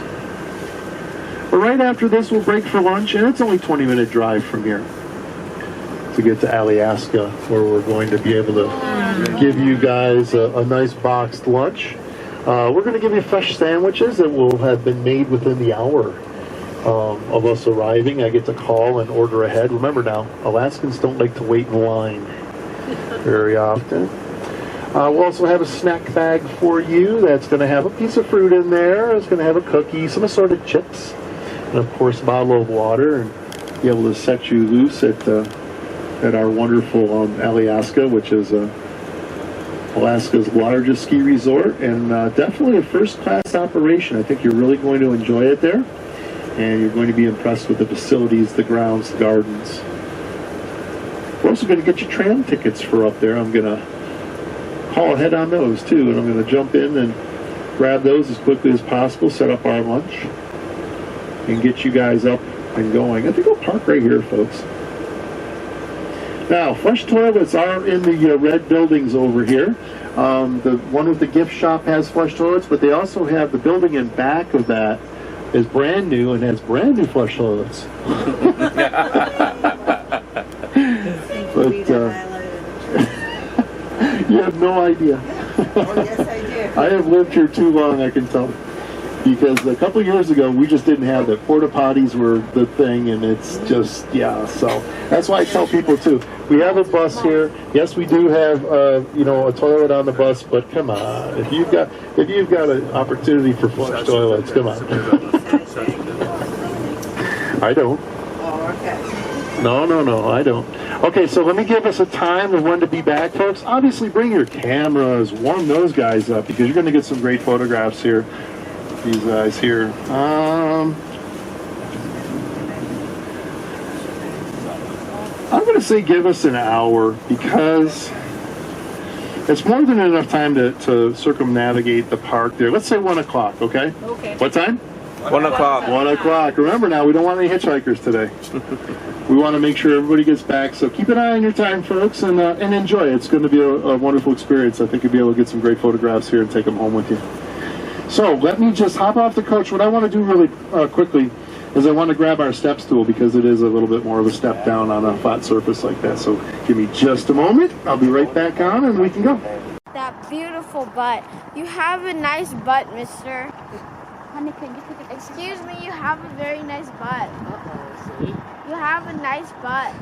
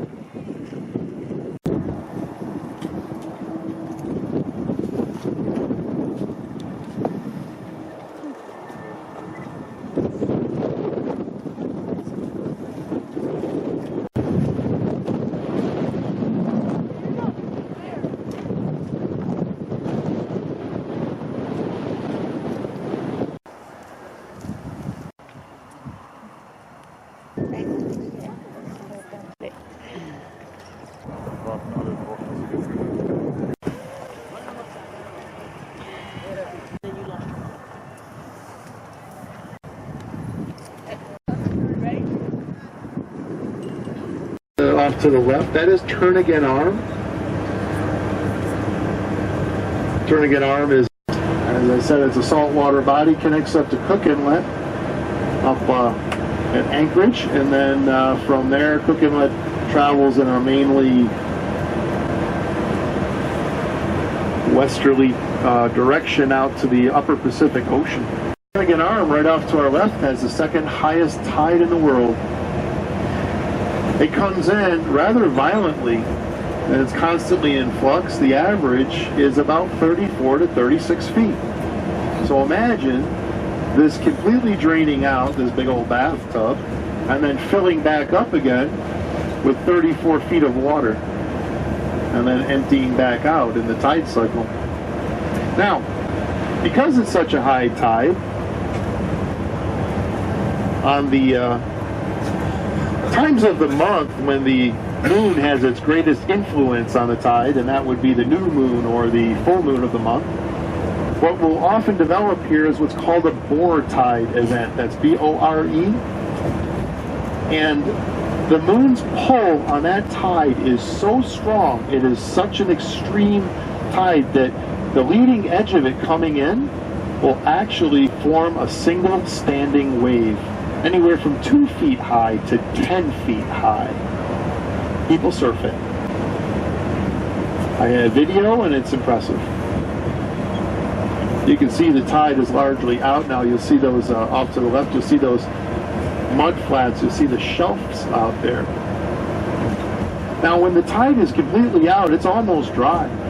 And those mud shelves out there actually look like sandbars, and it almost looks like you can walk from here to there across the way. I wouldn't recommend that.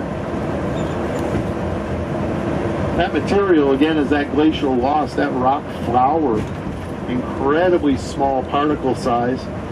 It's mixed with a healthy amount of volcanic ash, because we have a lot of volcanoes down around the Anchorage area and down Cook Inlet that are active for periodically, have been many times over the thousands and thousands of years here.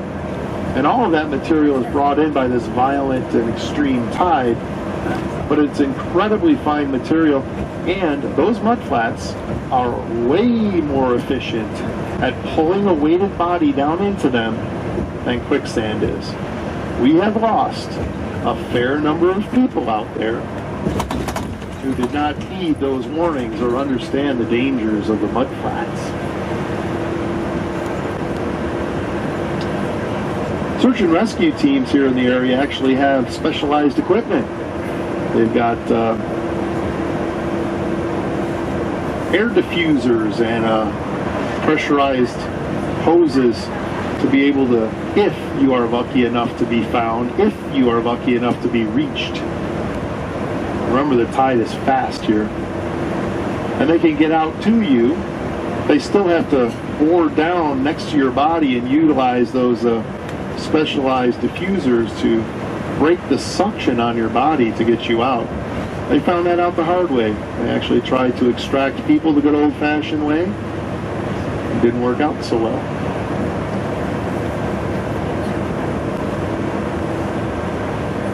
Highest tide in the world, of course, is the Bay of Fundy. And that would be in New Brunswick in Canada. Measured at 52 feet, I believe, is the record.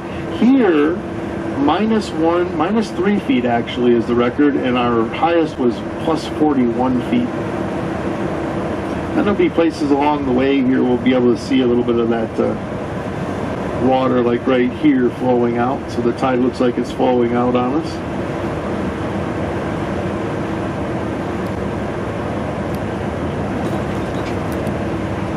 Complementing that, of course, is the Chugach Mountain Range off to our right-hand side. This will be with us the rest of the way, the Chugach Range. Starts down around the Valdez area and the Panhandle and southeast Alaska. Many states, if you know when you're driving along, they say no overnight, they say no pullout, they say, you know, a lot of different things. Here, especially along Turnagain Arm and a lot of these, the major roads here in Alaska, you can set your camper up. There are no signs that tell you that you cannot stay overnight. They want you, excuse me, they want you to take a rest. They want you to take a break.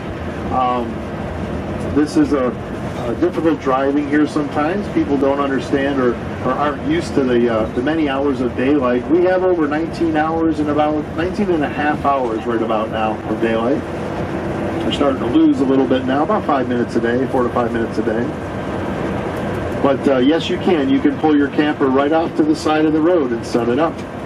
And you will not be asked to evacuate. Some places they'll have a couple of signs for safety reasons, but by and large, you can just pull over. That's what those pullouts are there for, actually. So now we're coming into the town here of Girdwood, named after James Girdwood. James was he was a successful prospector back in the day. Discovered gold here around 1896 or so. His Crow Creek gold mine still produces gold here today. That's not where he made the bulk of his money, though. He actually made it in dry goods, selling dry goods to prospectors that followed him up here. Girdwood was another one of those towns, just like Portage, was right here on the coast. Original town site is where the Tesoro station is up here, the service station. We'll be making a turn there to go up into the valley off to our right, the Alyeska Valley. Alyeska is a native word. It means great land. We'll be now Girdwood again was another one of those towns that was sitting on the coast and got completely wiped out. But of course, in the case of Girdwood, they decided to rebuild, but they wanted to pick it up, and they moved it 2.5 miles up the valley to the right because they got a little smarter about it, thinking, well, we won't have this happen again.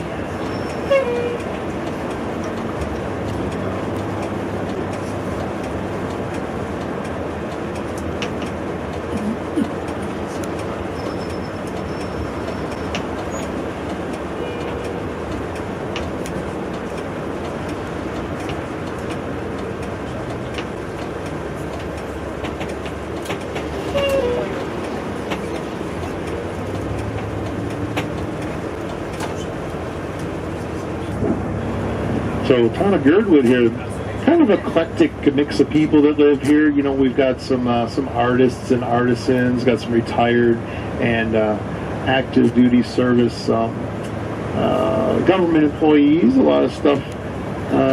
Bureau of Land Management, Forestry Service, National Park System, and State Park System, all kind of in this area. Got a fair amount of hippies. We've got ski bums. A lot of outdoorsy types right here. This is only 36 miles from Anchorage, so it's an easy hop, skip, and a jump. Of course, the ski resort being the largest in Alaska. And, of course, in the Chugach Range, it's probably no surprise that it's reported to be in the top 10 snowiest ski resorts in the world. 650 inches of snow measured.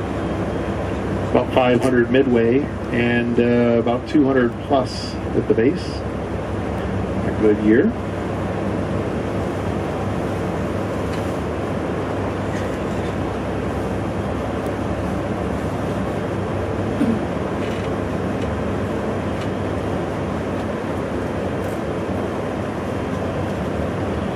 So as I said, we've got some artists and artisans here. You know, one gentleman actually dabbles in a different one. It's stained glass, and you'll see some examples right off here to the left-hand side in his home.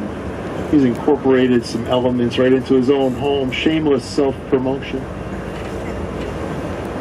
So as I might have mentioned, you know, Alaskans, we don't wait in line very much, and if we do, there's usually something to it.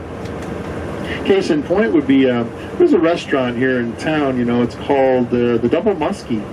Double Muskie, been around for 30 years. It's actually been here. A gentleman from New Orleans came up, and so it's got a Mardi Gras type of theme. No reservations allowed. You have to wait in line to get in.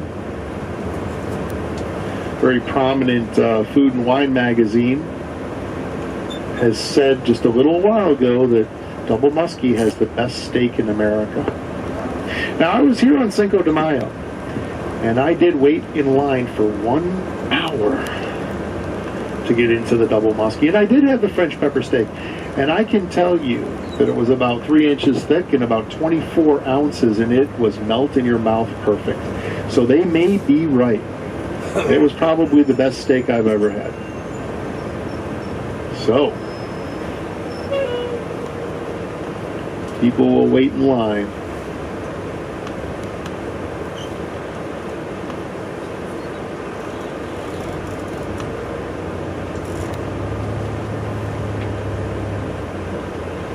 front of us, folks, Alyeska Ski Resort.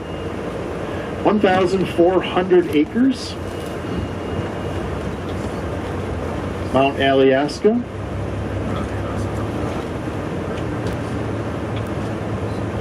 About 57% is a little more challenging, is going to be the blue square. About 37% black diamond, double black diamond. Reportedly has the longest diamond, double black diamond traverse in North America. And then it leaves about 13% or so as the easy runs. Not a lot of bunny hills here.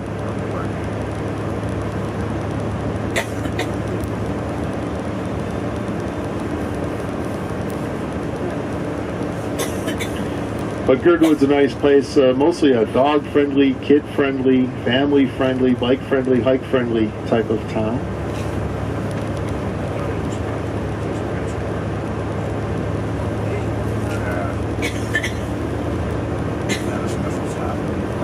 A little more than a mile then to Alyeska Resort itself. So coming up here on the left-hand side on the corner, the house on the corner, there's a mustard-colored second story. And if you look here on our side, you may see a very large Kodiak bear in the window there. That's a world record.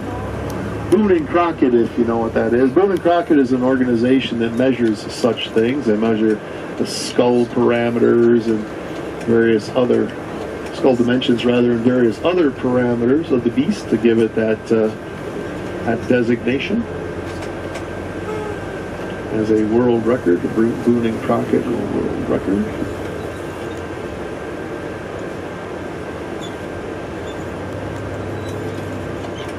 Did I mention that Alaskans don't like to wait in line? Did I mention that? Yeah. Oh, okay.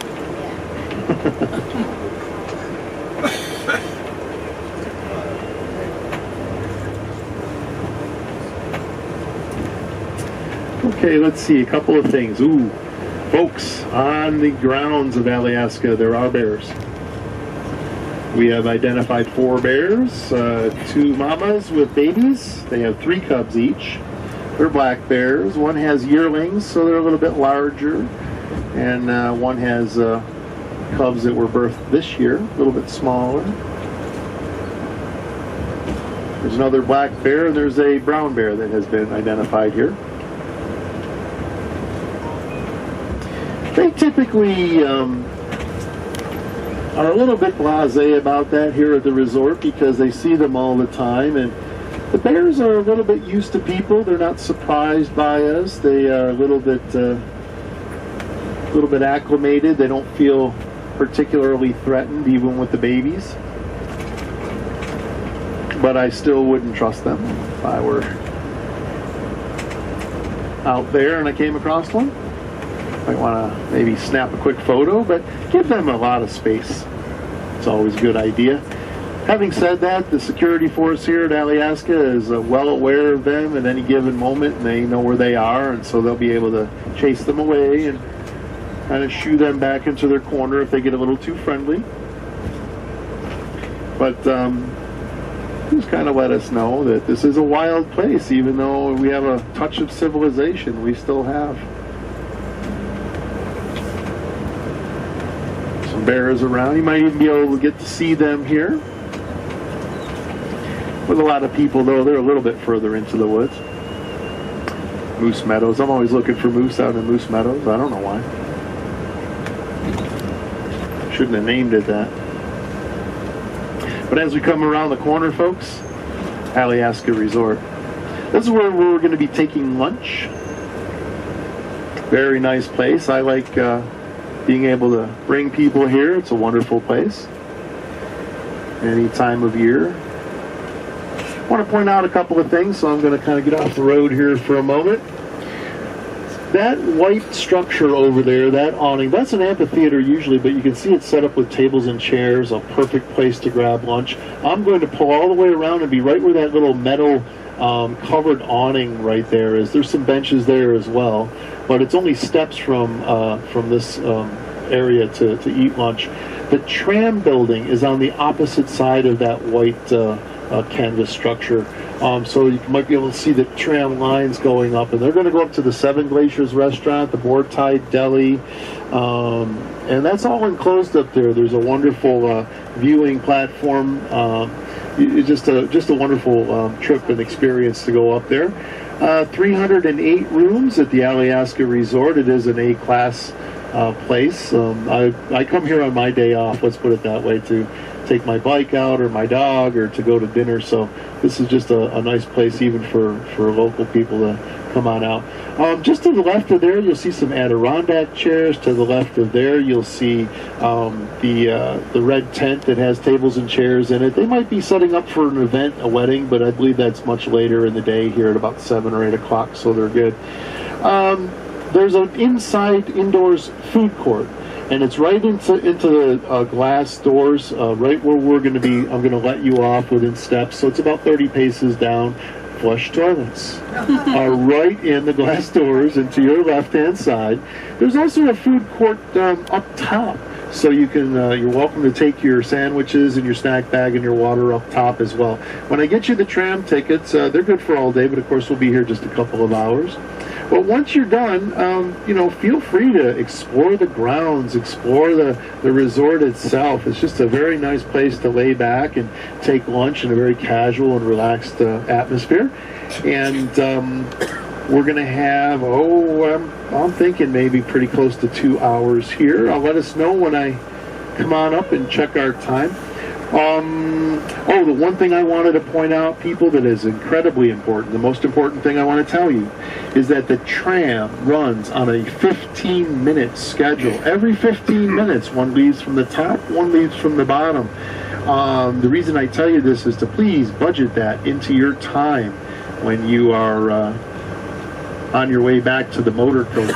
If you miss the one up at the top, you'll be 15 minutes late getting down. Let's try not to do that.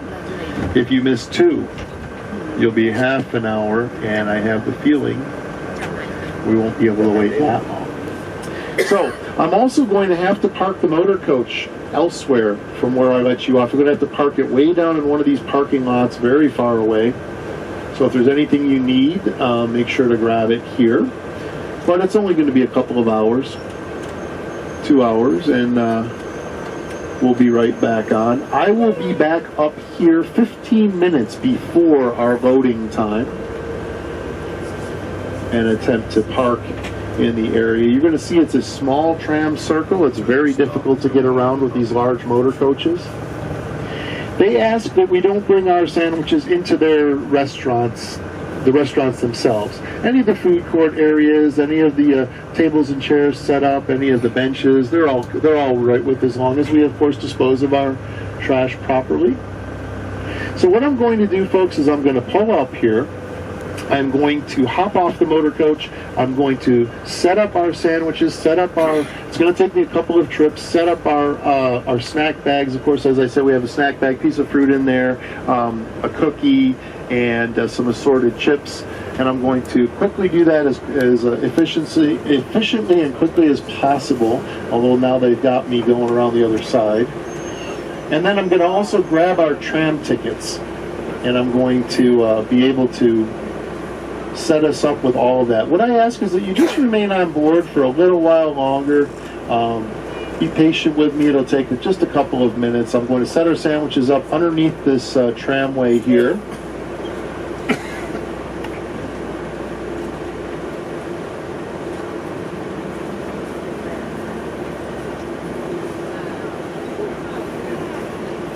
And run and grab our tickets, and I'll be right back.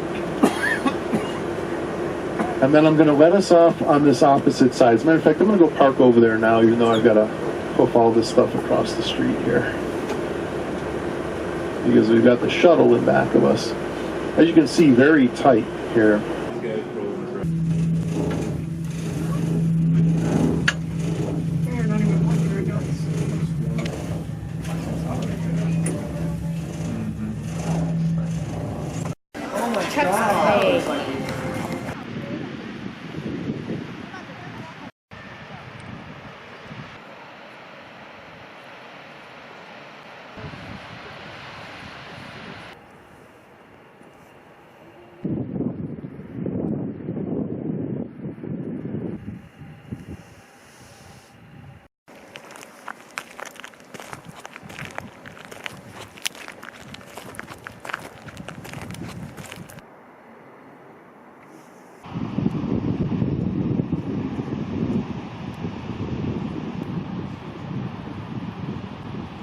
Oh, there's two of them.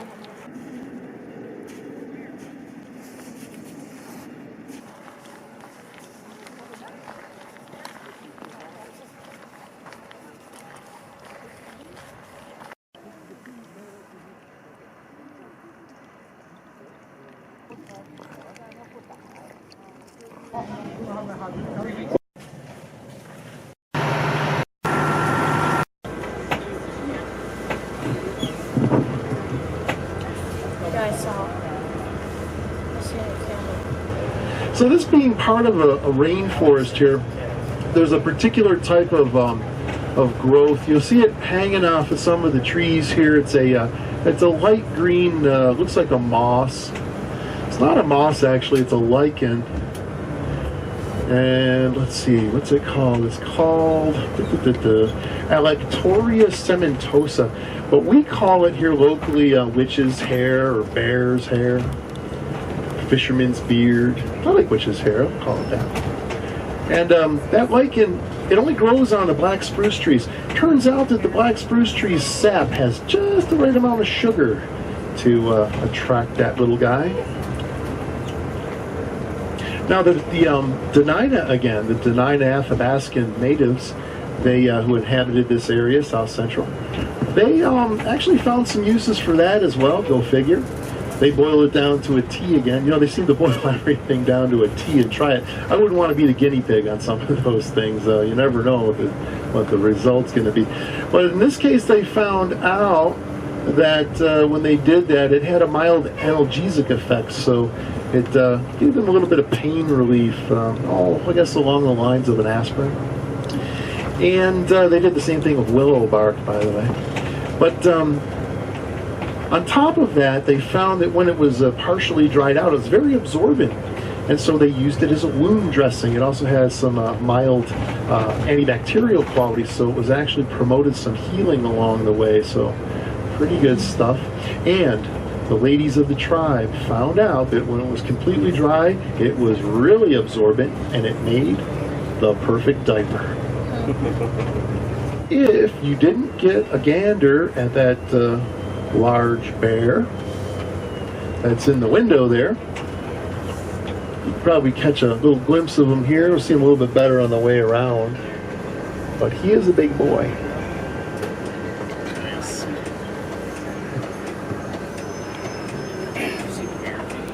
Anybody see any bears out today? No. No, we didn't. Oh, well. That's hit or miss, guys. Hit or miss. Like I said, we don't have them on the payroll, so queuing them up is a little bit difficult. Well, you'll be able to take a little quick look here, maybe. Maybe you'll be able to see him up in there, glare permitting. That is one big guy. I would not want to come around the corner and see him face to face.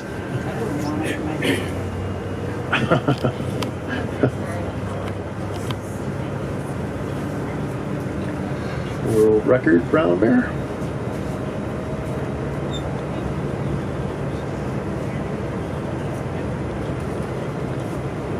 So Alyeska, of course, is winter oriented, but they have been making strides in recent years to actually figure out how to make this, a true four season. And little businesses are popping in here and growing, and there's enough of a population to support it. And of course, being only 36 miles from Anchorage, they've kind of gotten into a nice area where they've been able to provide forest fare and street fairs and events and so on. Birdwood Brewing right here is brand new. I don't even think it's a year old.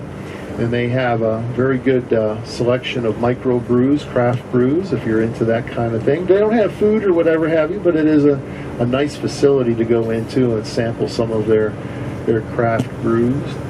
Be able to see the inner workings, all the nice stainless steel and stuff that they've got going on to make those.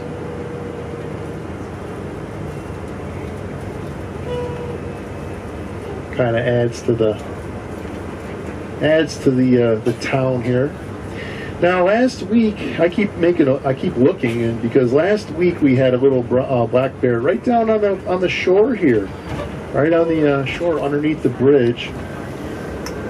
and about the size of Coda. He wasn't particularly large, but I've seen last year. I've seen them actually crossing right about well back there before the bridge. I've seen them out by the gas station. We almost ran into a moose. All of us, not this past morning, but the morning before that we went down to Seward. So lots of animals are around. Just never know when they're going to pop out on us. I grew up in western New York. I grew up outside of the city of Buffalo, good 40 miles outside the city, but that's the closest big town. And so, of course, buffalo chicken wings, right? Hot wings. Well, I have a craving every once in a while. I have to have one. And I have been a glutton for punishment because I have tried them all over the place and they were all disappointing. But I tried them here. There's a place called Chair 5 in town, right down the road there.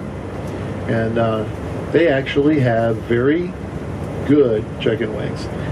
Spike, the owner, went to Buffalo to actually go to the Anchor bar where they were conceived and get the original recipe. I thank him very much. So when I have a craving, I will drive all the way out here from Anchorage to get my chicken wings.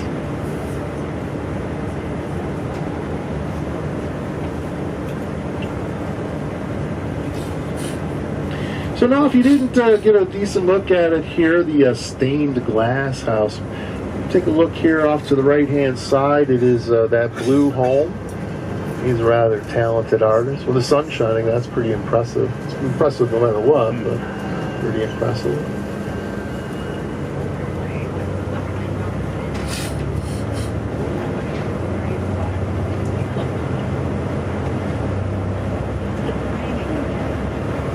Yes, but it wasn't raining when you were up at Alyeska. And so I'll take it. A little bit of rain now.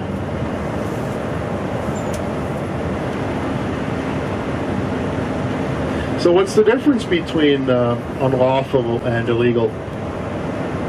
Anybody know? Well, I'm going to tell you. I'm going to tell you, that's right. Unlawful is exactly what it sounds like. Well, you know, I mean, anything you might be doing that would be against the law. But here in Alaska, you know, we do have a different take on some things. So to us, here in Alaska, illegal is just a sick bird. Illegal, folks. Illegal.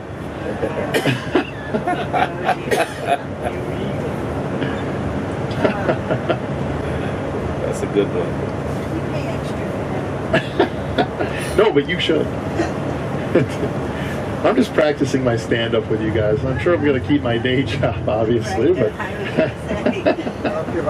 Right. Not yet, at least. Not yet.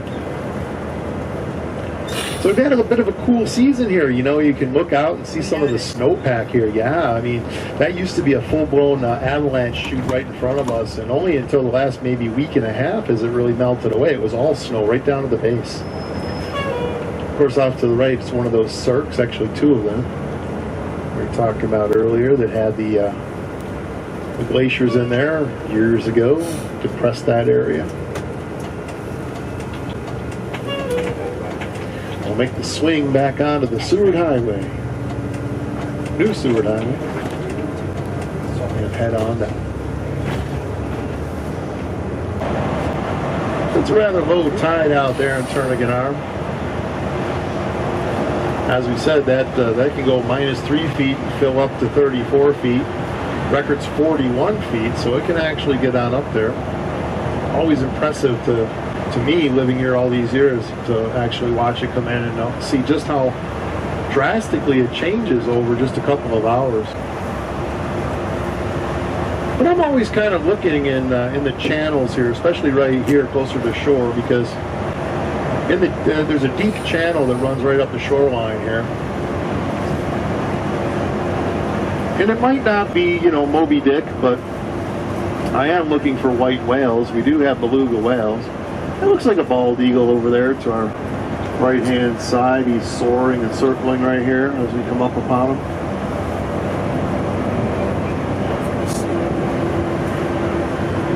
That looks a mature adult. He's looking for something, easy snack. So I'm looking for the beluga whales in there. They are a pure white whale. They're not as large as maybe some of their cousins, you know, the humpback whales or the bowhead. Still in all, they'll grow to maybe 18 feet long, maybe 3,500 pounds, so fairly large. They're white when they're adults, but when they're born, they're actually, the little babies are gray with blue eyes. Pretty little things. That's pretty good camouflage in a place like this. They're endangered in this ecosystem. We only have approximately 300 or so. Try to keep an eye on their health there. Belugas. Belugas are kind of interesting. They're a little misshapen. They look a little odd. They have a large protuberance on their head. I guess in their head, about the size of a basketball, and inside their cranial vault there. And what that is echolocation equipment. That is sonic fish finder, the best in the animal kingdom. Probably a good thing when you're swimming around in murky waters like turning an arm here. You can't see your flipper in front of your face.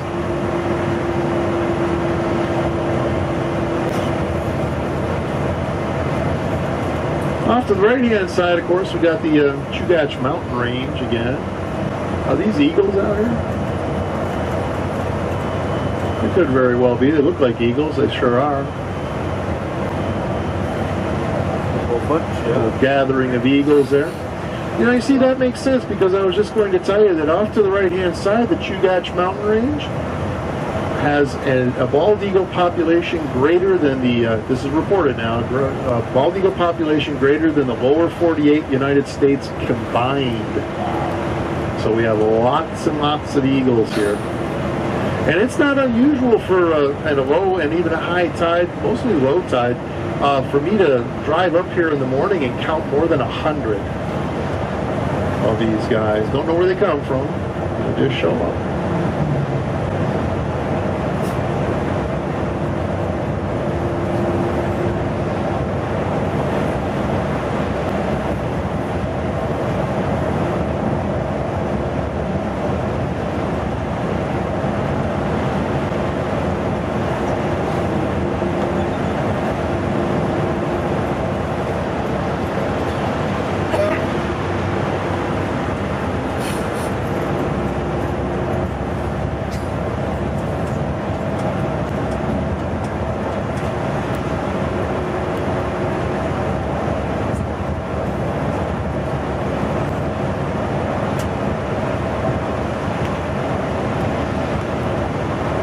You see some of the boiling water here as the you'll notice the tide fluxing here on us.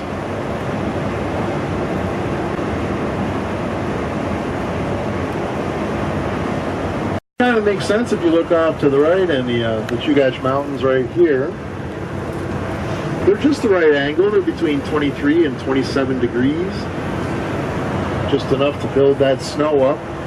They also face in the direction of the sun. The sun is off to the left-hand side there towards the west when it's in the winter. And so the late season, I guess April, about then, the sun will beat down on that upper layer. It'll melt that top layer a little bit, and that water will trickle down into the snowpack, refreeze once it gets down in there, and then it forms an unstable lens. Of course, some more snow, some more ice, some more weight, and away she goes. That lens gives way and calves off, and we get a snow slide. You can see some of the debris carried by some of these as well, these avalanches. That's a routine occurrence here, thus Avalanche Alley. Well, several years ago, we actually had 7 triggers. The conditions were just right, had 7 triggers simultaneously. They came down so much snow. Came down over the Seward Highway here, over the Alaska Railroad off to the left, and into Turnagain Arm. We had several people, motorists, were driving into town. They were commuting from Girdwood And they got stranded between some of these avalanches. The municipality had to come out and actually helicopter in some emergency provisions for them. Food, blankets, water, emergency fuel to keep their cars going. It took several days to dig these things out, even with the heavy snow removing equipment dispatched out from the municipality and the Army base. Air Force Base, actually.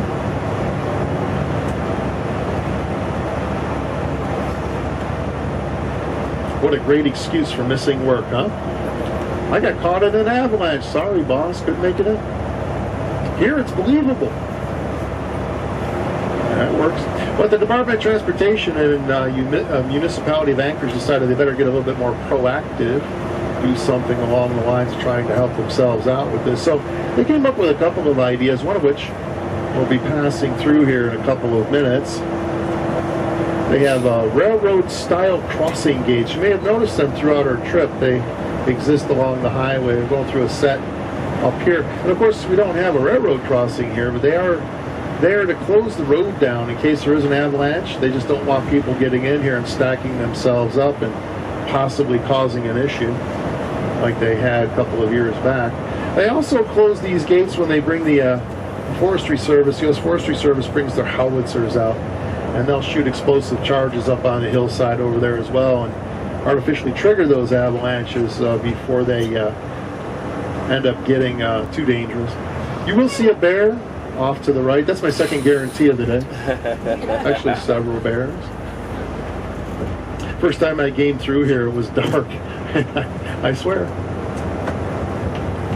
He actually had 3 more out there until just recently. Maybe somebody purchased them. He's a rather talented artist. The other couple that he had were really, really lifelike.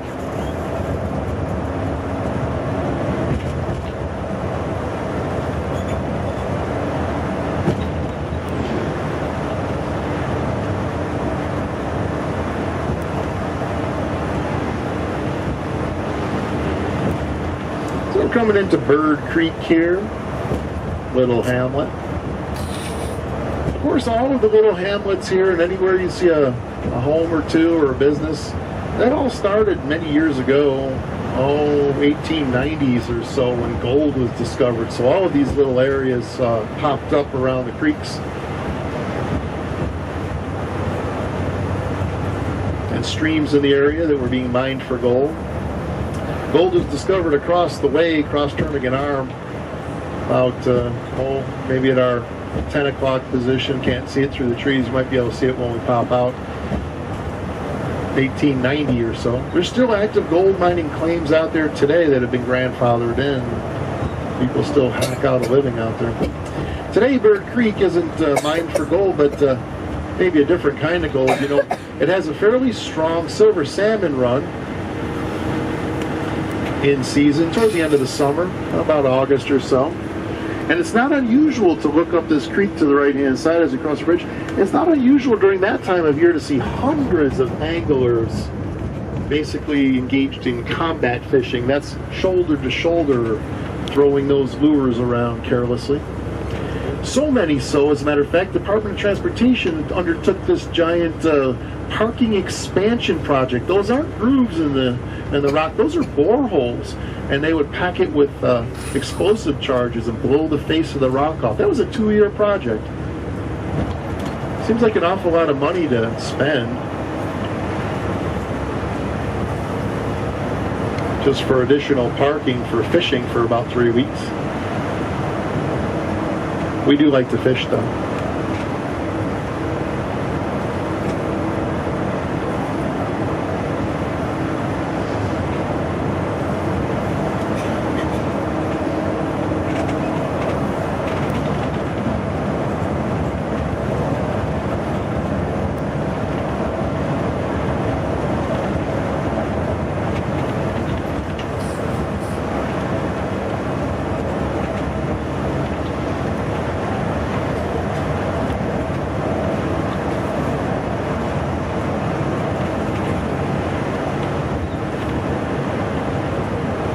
So I've gone gold panning myself. It's actually rather relaxing, very meditative to pan for gold. rather easy when somebody shows you how to do it, what to look for, a couple of techniques. Gold is so heavy, it just settles right out in your pan. All you need to do is pick out the larger stones and rocks and swirl that water around and bring it up on the little riffles there. When you finally get it down enough, grab yourself an eyedropper and scoop up the little flakes, maybe pick out a little nugget if you're lucky. There's still significant pay dirt in some of these. Indian Valley Mine, we're coming up to in a couple of minutes, is actually on the National Historic Register. It was a hard rock mine back in the day, and it still has a significant amount of pay dirt. As I said, they've turned it into more of an attraction these days. But it's not as touristy as it might sound in that respect. Locals come out here. I've come out here a number of times. It's a lot of fun paying for gold. Brought a small group of friends of mine out here. We spent about $25 and actually walked away with more than $125 worth of gold. Probably never cash that in. It's in a little vial. It's just a memento, but there's the Indian Valley Mine right there.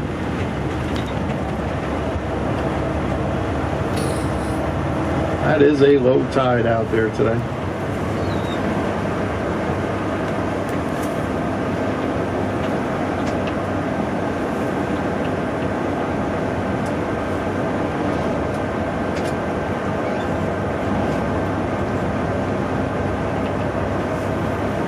What you'll see here at low tide once in a while, though, is these gentlemen are out here windsurfing it. Either windsurfing or is that kite surfing, wind kite surfing. Looks like fun, I'll tell you that. They can zip by on these boogie boards and they're parasailing, parasurfing, something along those lines. These guys can whip around at about 45 miles an hour on these boards. And I think I see a gentleman out there. I see the sail. He's off to the left in the water area. You see him scooting along. There's Hope over there. You can see the little white buildings on the far shore side over there. It's about 4 miles as the Raven flies. That's the little town of Hope and Sunshine where gold was first discovered in 1890. So if I'm not looking off to the left, you know, a lot of times I'm looking off to the right. I'm just kind of preparing us a little because as we drive by up on the right-hand side, on the sheer cliffs, on the sheer face of those cliffs over there, a lot of times might be seen Dall sheep. They are pure white sheep. Down in this area, they don't get particularly large. The rams, the males, they'll probably grow to maybe 180, 190 pounds. They'll top out in some areas at about 220 pounds. But ewes, the females, well, they'll be a little bit less. They'll probably hit 100 pounds, 130 pounds maybe. But I always look there because a lot of times they're way up on the right-hand side.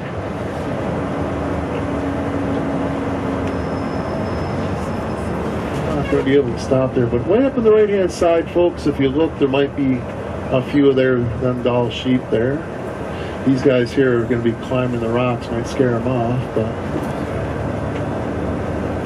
they look like little patches of snow up there.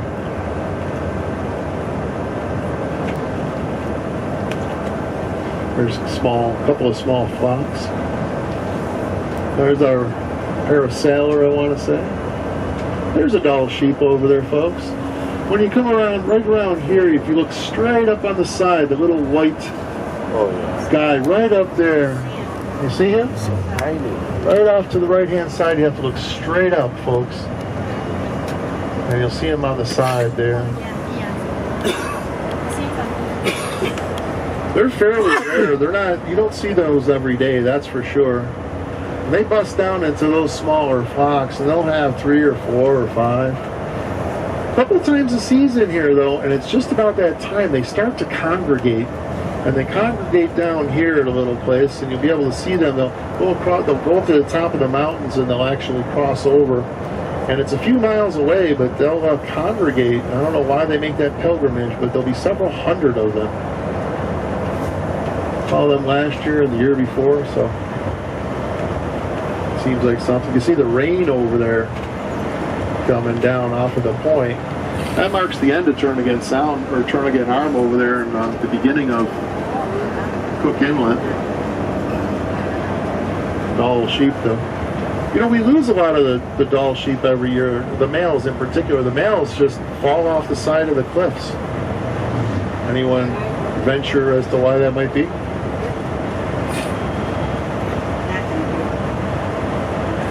Well, you know,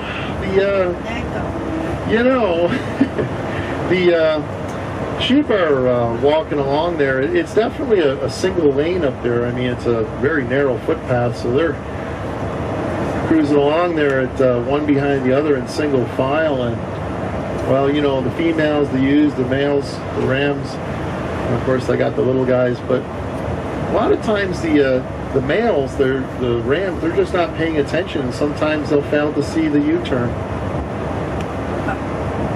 No? I feel sheepish telling you that one. I don't know. You should feel sheepish. It wasn't that bad of a joke. Come on. The Rams failed to see the U-turn. Like I said, as long as your driver is entertained, it is a good day. Turnagain Arm. Turnagain Arm is an interesting name for a body of water, don't you think? Anyone want to know how it got its name? Sure. Sure. That's perfect. Thank you for the positive feedback. All right, so Turnagain Arm, well, it dates back to 1778, Captain James Cook. Now, Captain Cook, well, he was perhaps one of the most celebrated and revered explorers, courageous sailors of his time. Totally made some amazing discoveries the world over. He sailed around the world 3 times, and at the time he was looking for the befabled Northwest Passage. Now, the Northwest Passage, of course, would have been that water route that would have crossed over the Arctic and would have made the travel distance for sailing ships of the day much, much, much less than they were if they could get to the Asiatic continent from the European one. That would have saved tremendous amounts of money and increased profit many times over. So he wasn't wrong for looking for it, that is for sure. On his 3rd voyage of discovery, in his sailing ship, the Discovery, he stuck his nose into every nook and cranny coming up the coast of Alaska. He came from the South Pacific and he came up this way. Finally got the Turnagain Arm here. He got stuck. Now, we even have a little tongue-in-cheek, little poke of fun right there, Captain Cook, because we actually still have a neighborhood down here in Anchorage called Stuck Again Heights. Anyway, Captain Cook got stuck, and I guess he was a little befuddled, maybe even a little embarrassed, being the experienced and seasoned sailor that he was. I just want to point out here this rocky outcropping to the left is Beluga Point. It's where the count starts every year when I get a bunch of volunteers out here looking for those beluga whales if they are coming in. Sometimes there's doll sheep on this hillside too. This is where they congregate, as I was saying. Saw some up here the other day, but not the hundreds that I've seen in the past.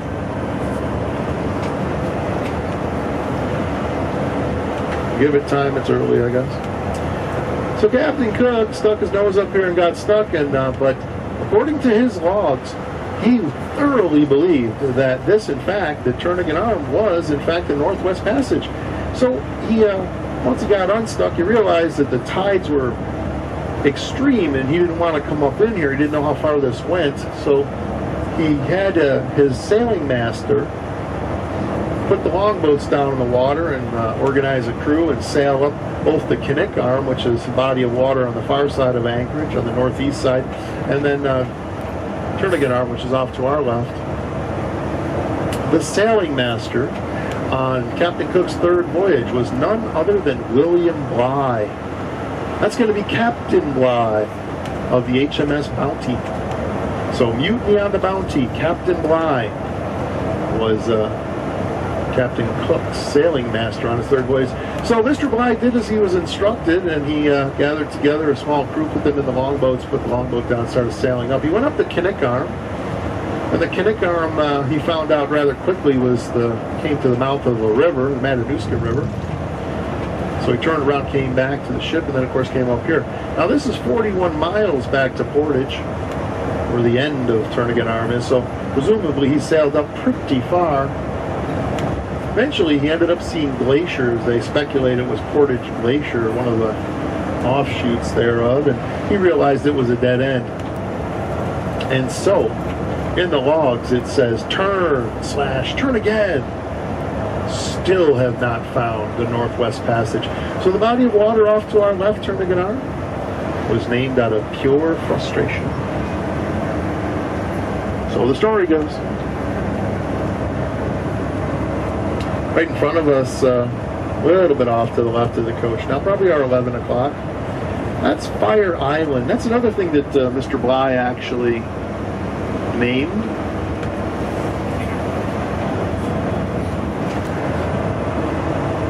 Interesting to see some of the weather patterns here. Captain Cook, you know, he was the luckiest individual and perhaps the most unlucky individual on that very same third voyage around the world looking for the Northwest Passage when he came up here. Lucky because the story goes that it's reported that Captain Cook was coming up from the South Pacific and he stopped in the Hawaiian Islands. On the day that he sailed into the Hawaiian Islands, the Hawaiian Islanders were celebrating, my understanding is, a great feast. They were celebrating in their folklore the arrival of a white-skinned god. How could it be any better for Captain Cook if this is the correct story? Now, this is what I've read, so I hope that it's true. They treated him as such, of course, supplying his ship, giving him what he wished and probably a lot more. Then he came up here to Alaska. And he went back down south when he got tired of it up here and couldn't find the Northwest Passage, and he decided to throw in the towel and go home. He decided, why not stop in the Hawaiian Islands again? In the absence of Captain Cook, the Hawaiian Islanders figured it out and said, well, he's no god on earth. He's just a man like the rest of us. And so presumably when Captain Cook arrived at the Hawaiian Islands second time, they did not treat him with the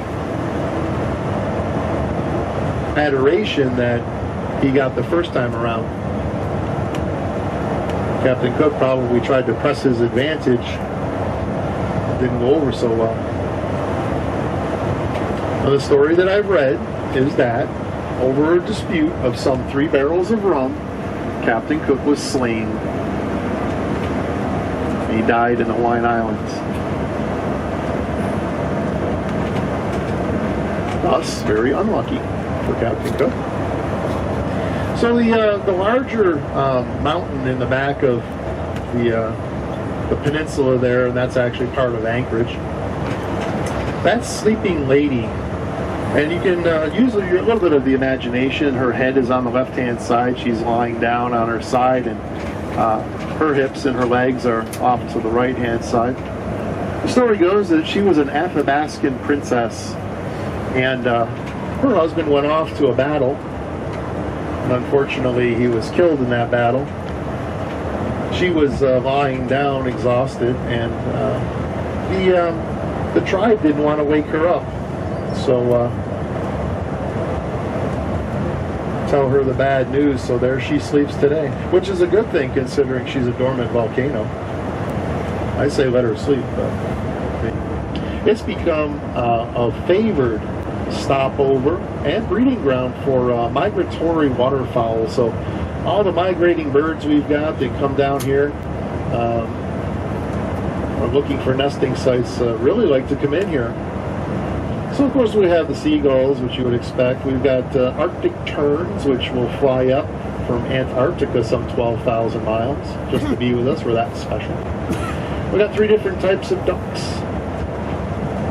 Of course, Canadian geese, whimbrels, occasionally a trumpeter swan or 2, very beautiful white swans.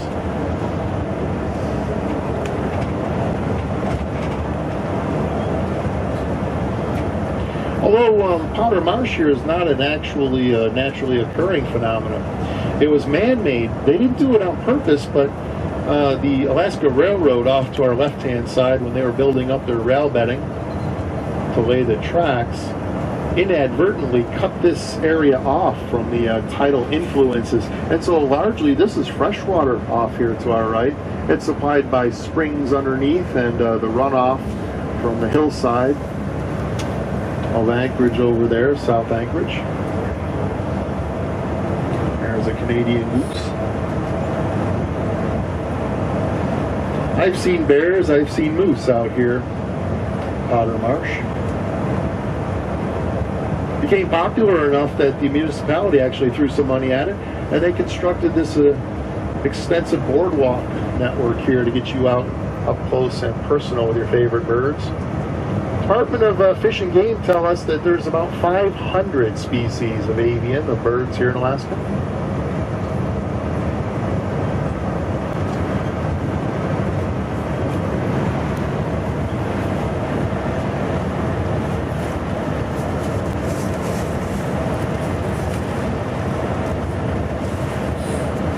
So now off to the left-hand side, as we come up, is the Rabbit Creek Rifle Range. This is Anchorage's rifle range, and you can see that there's a number of cars there, but on the weekends it's very difficult to find a parking spot.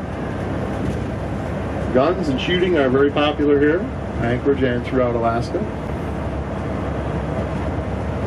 Speaking of Anchorage, we are now in the city limits of Anchorage. So welcome to Anchorage. Anchorage is Alaska's largest city. We're huge. At last count, the population is a tick under 300,000. I remember reading 298,000 recently.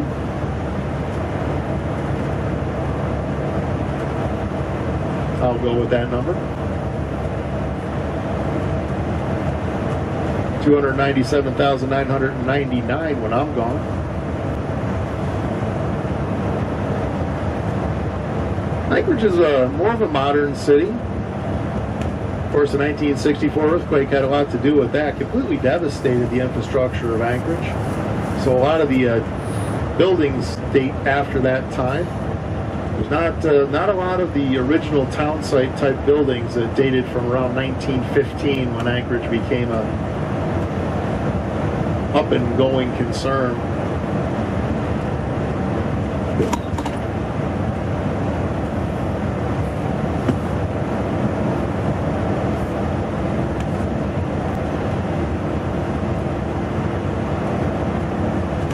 A lot of people think we live in igloos and get along on dog sleds. Well, we get along on dog sleds, but you know, that's more of a recreational thing. Nope, don't live in igloos. We have a zoo. We have Costco. I have 3 Walmarts, 2 supercenters. Our zoo is so popular, the bears are breaking in. We actually have, this is a true story actually, my friend is the head gardener at the zoo, and he was doing rounds earlier in the season, and on the golf cart came around the corner, very early in the season, came face to face with a rather large black bear. The black bears are like, they're like dogs, they're very curious, they're highly intelligent, so thought maybe my friend Mike had food, so he comes over and started rocking the golf cart. I got to know my friend Mike. He's like almost 6'5", almost 300 pounds. He's a large man. He would not appreciate me telling you this, but he told me in confidence that the bear scared him so much he screamed like a little girl. But I guess he scared the bear too, because the bear wet himself and ran up a tree. Took them 3.5 hours to figure out how to get that bear down and shoo him out the other way.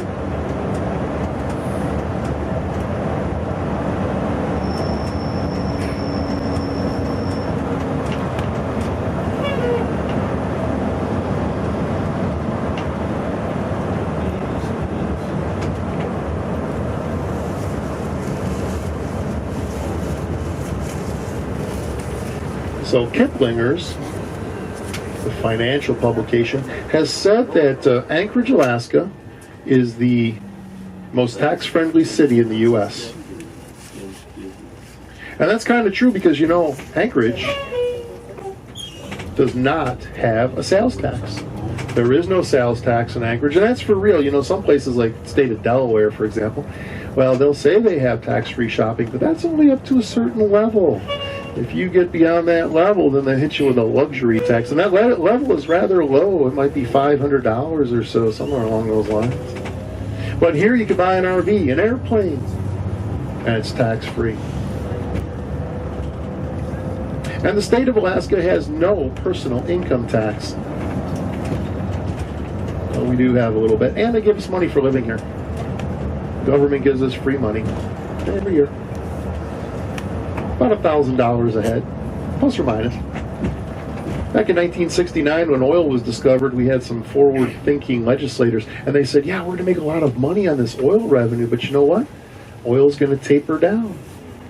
Prices go up and down. Maybe we should take some of those proceeds in the beginning here and invest in a savings account for the state. And so the Alaska Permanent Fund was born. Alaska Permanent Fund. That's our savings account. Today, that permanent fund, the value of which exceeds $51 billion. So we do have a little bit of money in the bank. We've got some professional teams that actually invest that. And the proceeds of which about 1% is scraped off and given back to Alaskans. The only criteria is that you live here, you intend to remain, and you're not a felon, and you apply for it. And that's every man, woman, and infant gets that money.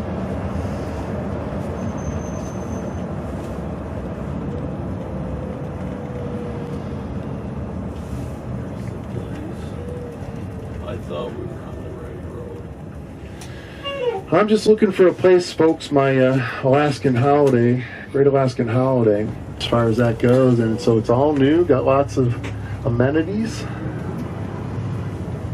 Like heat? It does have heat.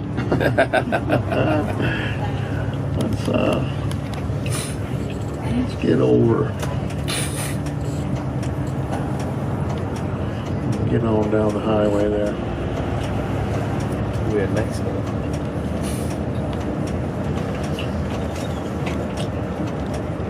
We haven't been here in 18 years. Well, not a new trailer. Years ago, I don't remember. I'm sorry, what were you saying, 18 years?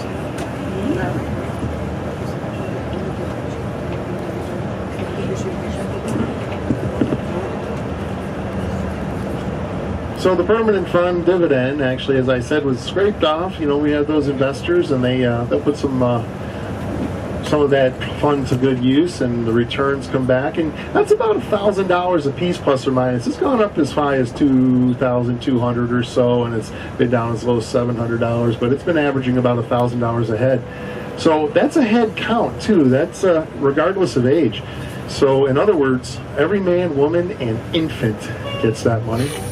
So if you're a family of 4 and you've been collecting that permanent fund dividend since the first disbursement, you would have now collected more than $144,000 in free money from the state of Alaska. Kind of wise. Of course, you know, the oil here was pumping pretty good back in those days, 2.1 million barrels of oil. To get the gallons, you probably have to multiply by 42 gallons in a petroleum barrel. Today it's about 540,000, but it's still millions and millions of gallons a day. Going from Prudhoe Bay on down to Valdez, a distance of about 800 miles down a big-inch pipeline, the Trans-Alaska Pipeline. So in city limits here, we actually share our living space with about 2,000 moose, about 800 bears, both brown and black bears. Of course, that's kind of going to bleed into some problems from time to time. We're going to have some unfortunate moose and vehicle encounters. Nobody wins in a situation like that. So the municipality decided to come up with an idea, and they came up with moose fencing. And what you'll see off to the right-hand side is an example of moose fencing. It's a little bit beefier fence. It's not particularly remarkable, except that's not the innovation of the design. The innovation of the design is right here off to the right-hand side. This is called a moose gate. It's like a one-way turnstile. So if the moose is hanging out here on the roadway, or in some areas that little guy has been found to hang out on the tarmac and the taxiway and the runways of the airport, and of course that's not a good thing. They will come and hit this fence line and just keep walking down the fence line. They can't get over it until they come to one of those gates, and then they will go through that one-way turnstile and get back to that wonderful lush green area that they love so much inside there. They know to find the gate. What do you know? What do you want? They know to find the gate. They don't have a choice. If they walk down the fence line, they can't get across it, so they just keep walking down till they come to it. And to them, it's just branches. It's curled tines, so it doesn't provide as much resistance one way as it would the other way. Now, a 1,000-pound animal standing almost 7+ feet at the shoulder, it can do anything it really wants. But in these cases, it usually does what it's guided to do gently. And so they'll go in there and they'll find their way off the highway. It has cut down on it, so it should be worth the $10.2 million it cost to install this. Just an unusual thing. We've got a couple of unusual moose in the area, you know. We had one, he was a young moose actually, he was only probably a year old. But he found that he could trigger the electric door at the hospital emergency room. So Providence Hospital, he used to go in there and would go in the emergency department, and they had some plants in their atrium, and he really liked them. So he would go in and eat their plants, and of course cause a ruckus, and had to shoo him away. Eventually, they had to put extra security on to keep him out of there. I just want to be the fly on the wall when they had to explain the overtime with the security to keep the moose out of the emergency department. Had another moose, and he was a rather large bull moose. A couple of years back, he was a big boy. Probably had a 60-inch rack or so. That makes him a very large moose. And he was downtown. He was being very bizarre. He was behaving very strangely. So what he would do is run into people's houses. He was crashing over fences. He was knocking the pillars out of their porches and their porches collapsing. So they're wondering, what is wrong with this particular moose? So the Department of Fish and Game, well, they decided they wanted to take a look and track him down. And so they did. They found that this particular moose had secured a cache of apples. Now, apples don't grow very well here in Alaska, but one gentleman seemed to have a few crabapple trees in his backyard that did well enough. Crab apples, they weren't harvested right away, and so they ripened, and they fell to the ground, and then they over-ripened. And so Buzzwinkle the moose, or I should say the legend of Buzzwinkle the moose, was born. And they found that he got famous, actually, and he got famous because he was on one of his binges. He was very drunk, and he was going through somebody's yard and their house, and he got tangled up in Christmas lights. And so these Christmas lights adorned his rack. They stretched from side to side. It actually looked like somebody had decorated his rack with Christmas lights, and a very festive moose, obviously. And there just so happened to be a National Geographic photographer in town who snapped a picture of him, and he became famous. Buzzwinkle the moose. Had a couple of minor celebrities like that, I guess.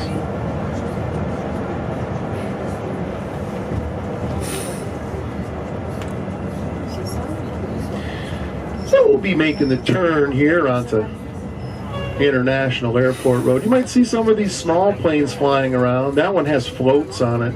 That's not by mistake. We've got a lot of float planes here. You know, right next to Anchorage International Airport is Lake Hood, and Lake Hood is the busiest seaplane port in the world. You can see all of these planes taking off, one after the other after the other. Anchorage is the Anchorage International is the second busiest air cargo hub in the nation, third busiest in the world. Anyone guess why? What's number one in the nation? And you can see Russia. And you know what? Okay, she was being silly, but in Alaska, there are places you literally can see Russia. It's called Little Diomede Island, and it's only a mile stretch across. And believe me, if you're looking at them with high-power binoculars, they're looking back. Ooh. So it is possible, folks. Not as crazy as it sounded. Maybe not from her house, but... So the busiest air cargo hub in the nation is Memphis, Tennessee. And that's because FedEx is, and same reason that Anchorage is number 2. FedEx has a huge presence here, and that makes sense because, you know, Anchorage International here is within 9.5 flight hours of 90% of the world's industrialized countries. Just kind of a little nugget there. That's what we call moose poop nuggets.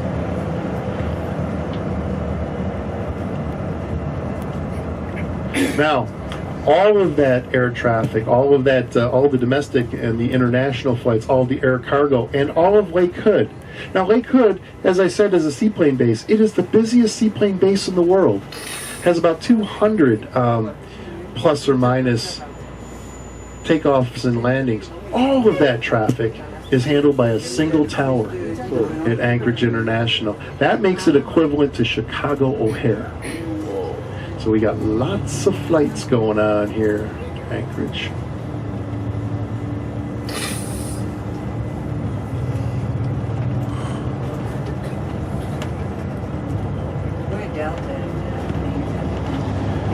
Delta? I think that's number 6. Ticket counter number 6. We're going to pull up, folks, when we do get here, and it's only going to be a minute or two. When we get to the Anchorage International Airport, Ted Stevens Anchorage International Airport, named after Ted Stevens, our senator, our senior senator in Congress at one point, period. He became the senior senator when Senator Byrd of West Virginia passed away. We'll pull up to the ticket area, the ticket counters. I'm going to pull up to the Alaska Airlines ticket counter. That is essentially number 1 and number 2, but all of them are within about 250 yards of one another. They're just not, it's not a huge airport. It's actually a small airport. Everything is conveniently located. It's all on the same level when we come up to departures here. And if you're looking for a rent-a-car, you're intending on getting one of those, you would take the elevator down into the sub-level, and that sub-level then would open up and all of the national chains would be there, be represented.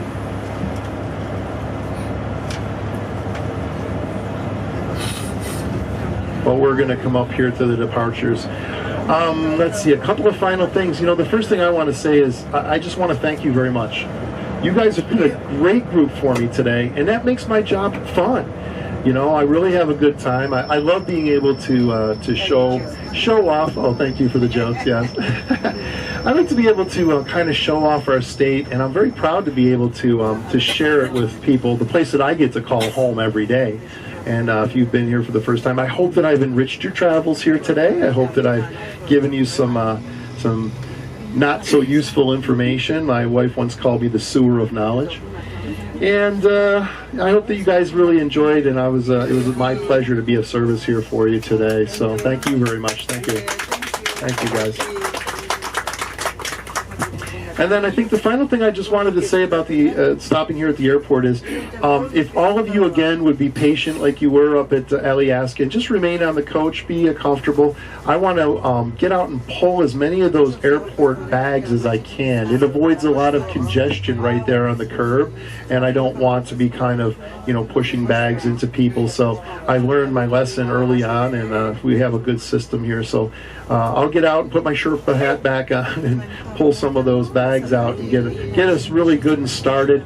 Folks, don't worry if I pull your bag out and you're going to a hotel. We'll put it back on. And if I didn't pull your bag out, don't worry about it. We'll find it and pull it out. So just give me a little time here to pull those things out, break a sweat for you, and get that stuff going. It'll make our process all the smoother. And as I said, all of the gates are right here. One is Air Canada, two is Alaska Airlines, Delta, and United are 5 and 6. And the rest of them are all in between, and they're all right here. You can see when we come around the corner up here at departures that they're all right in the same area. How about American Airlines? American should be, I think, number 6 or thereabouts. But there's probably only 9 total, so you'll be fine. They're all right here. And Ted Stevens Anchorage International Airport has been rebuilt in the last couple of years, so it's all brand new. All of this is brand new construct. It took them years to do it. I think 4 years it took them to rebuild this from the ground up.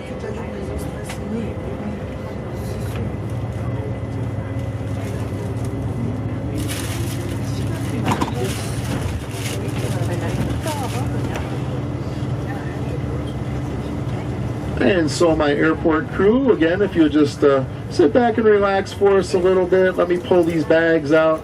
As you can see, all of the ticket counters are right here in this building, and they don't go very far. It's only about 250 yards, so you'll be able to find yours easily. It all connects inside as well.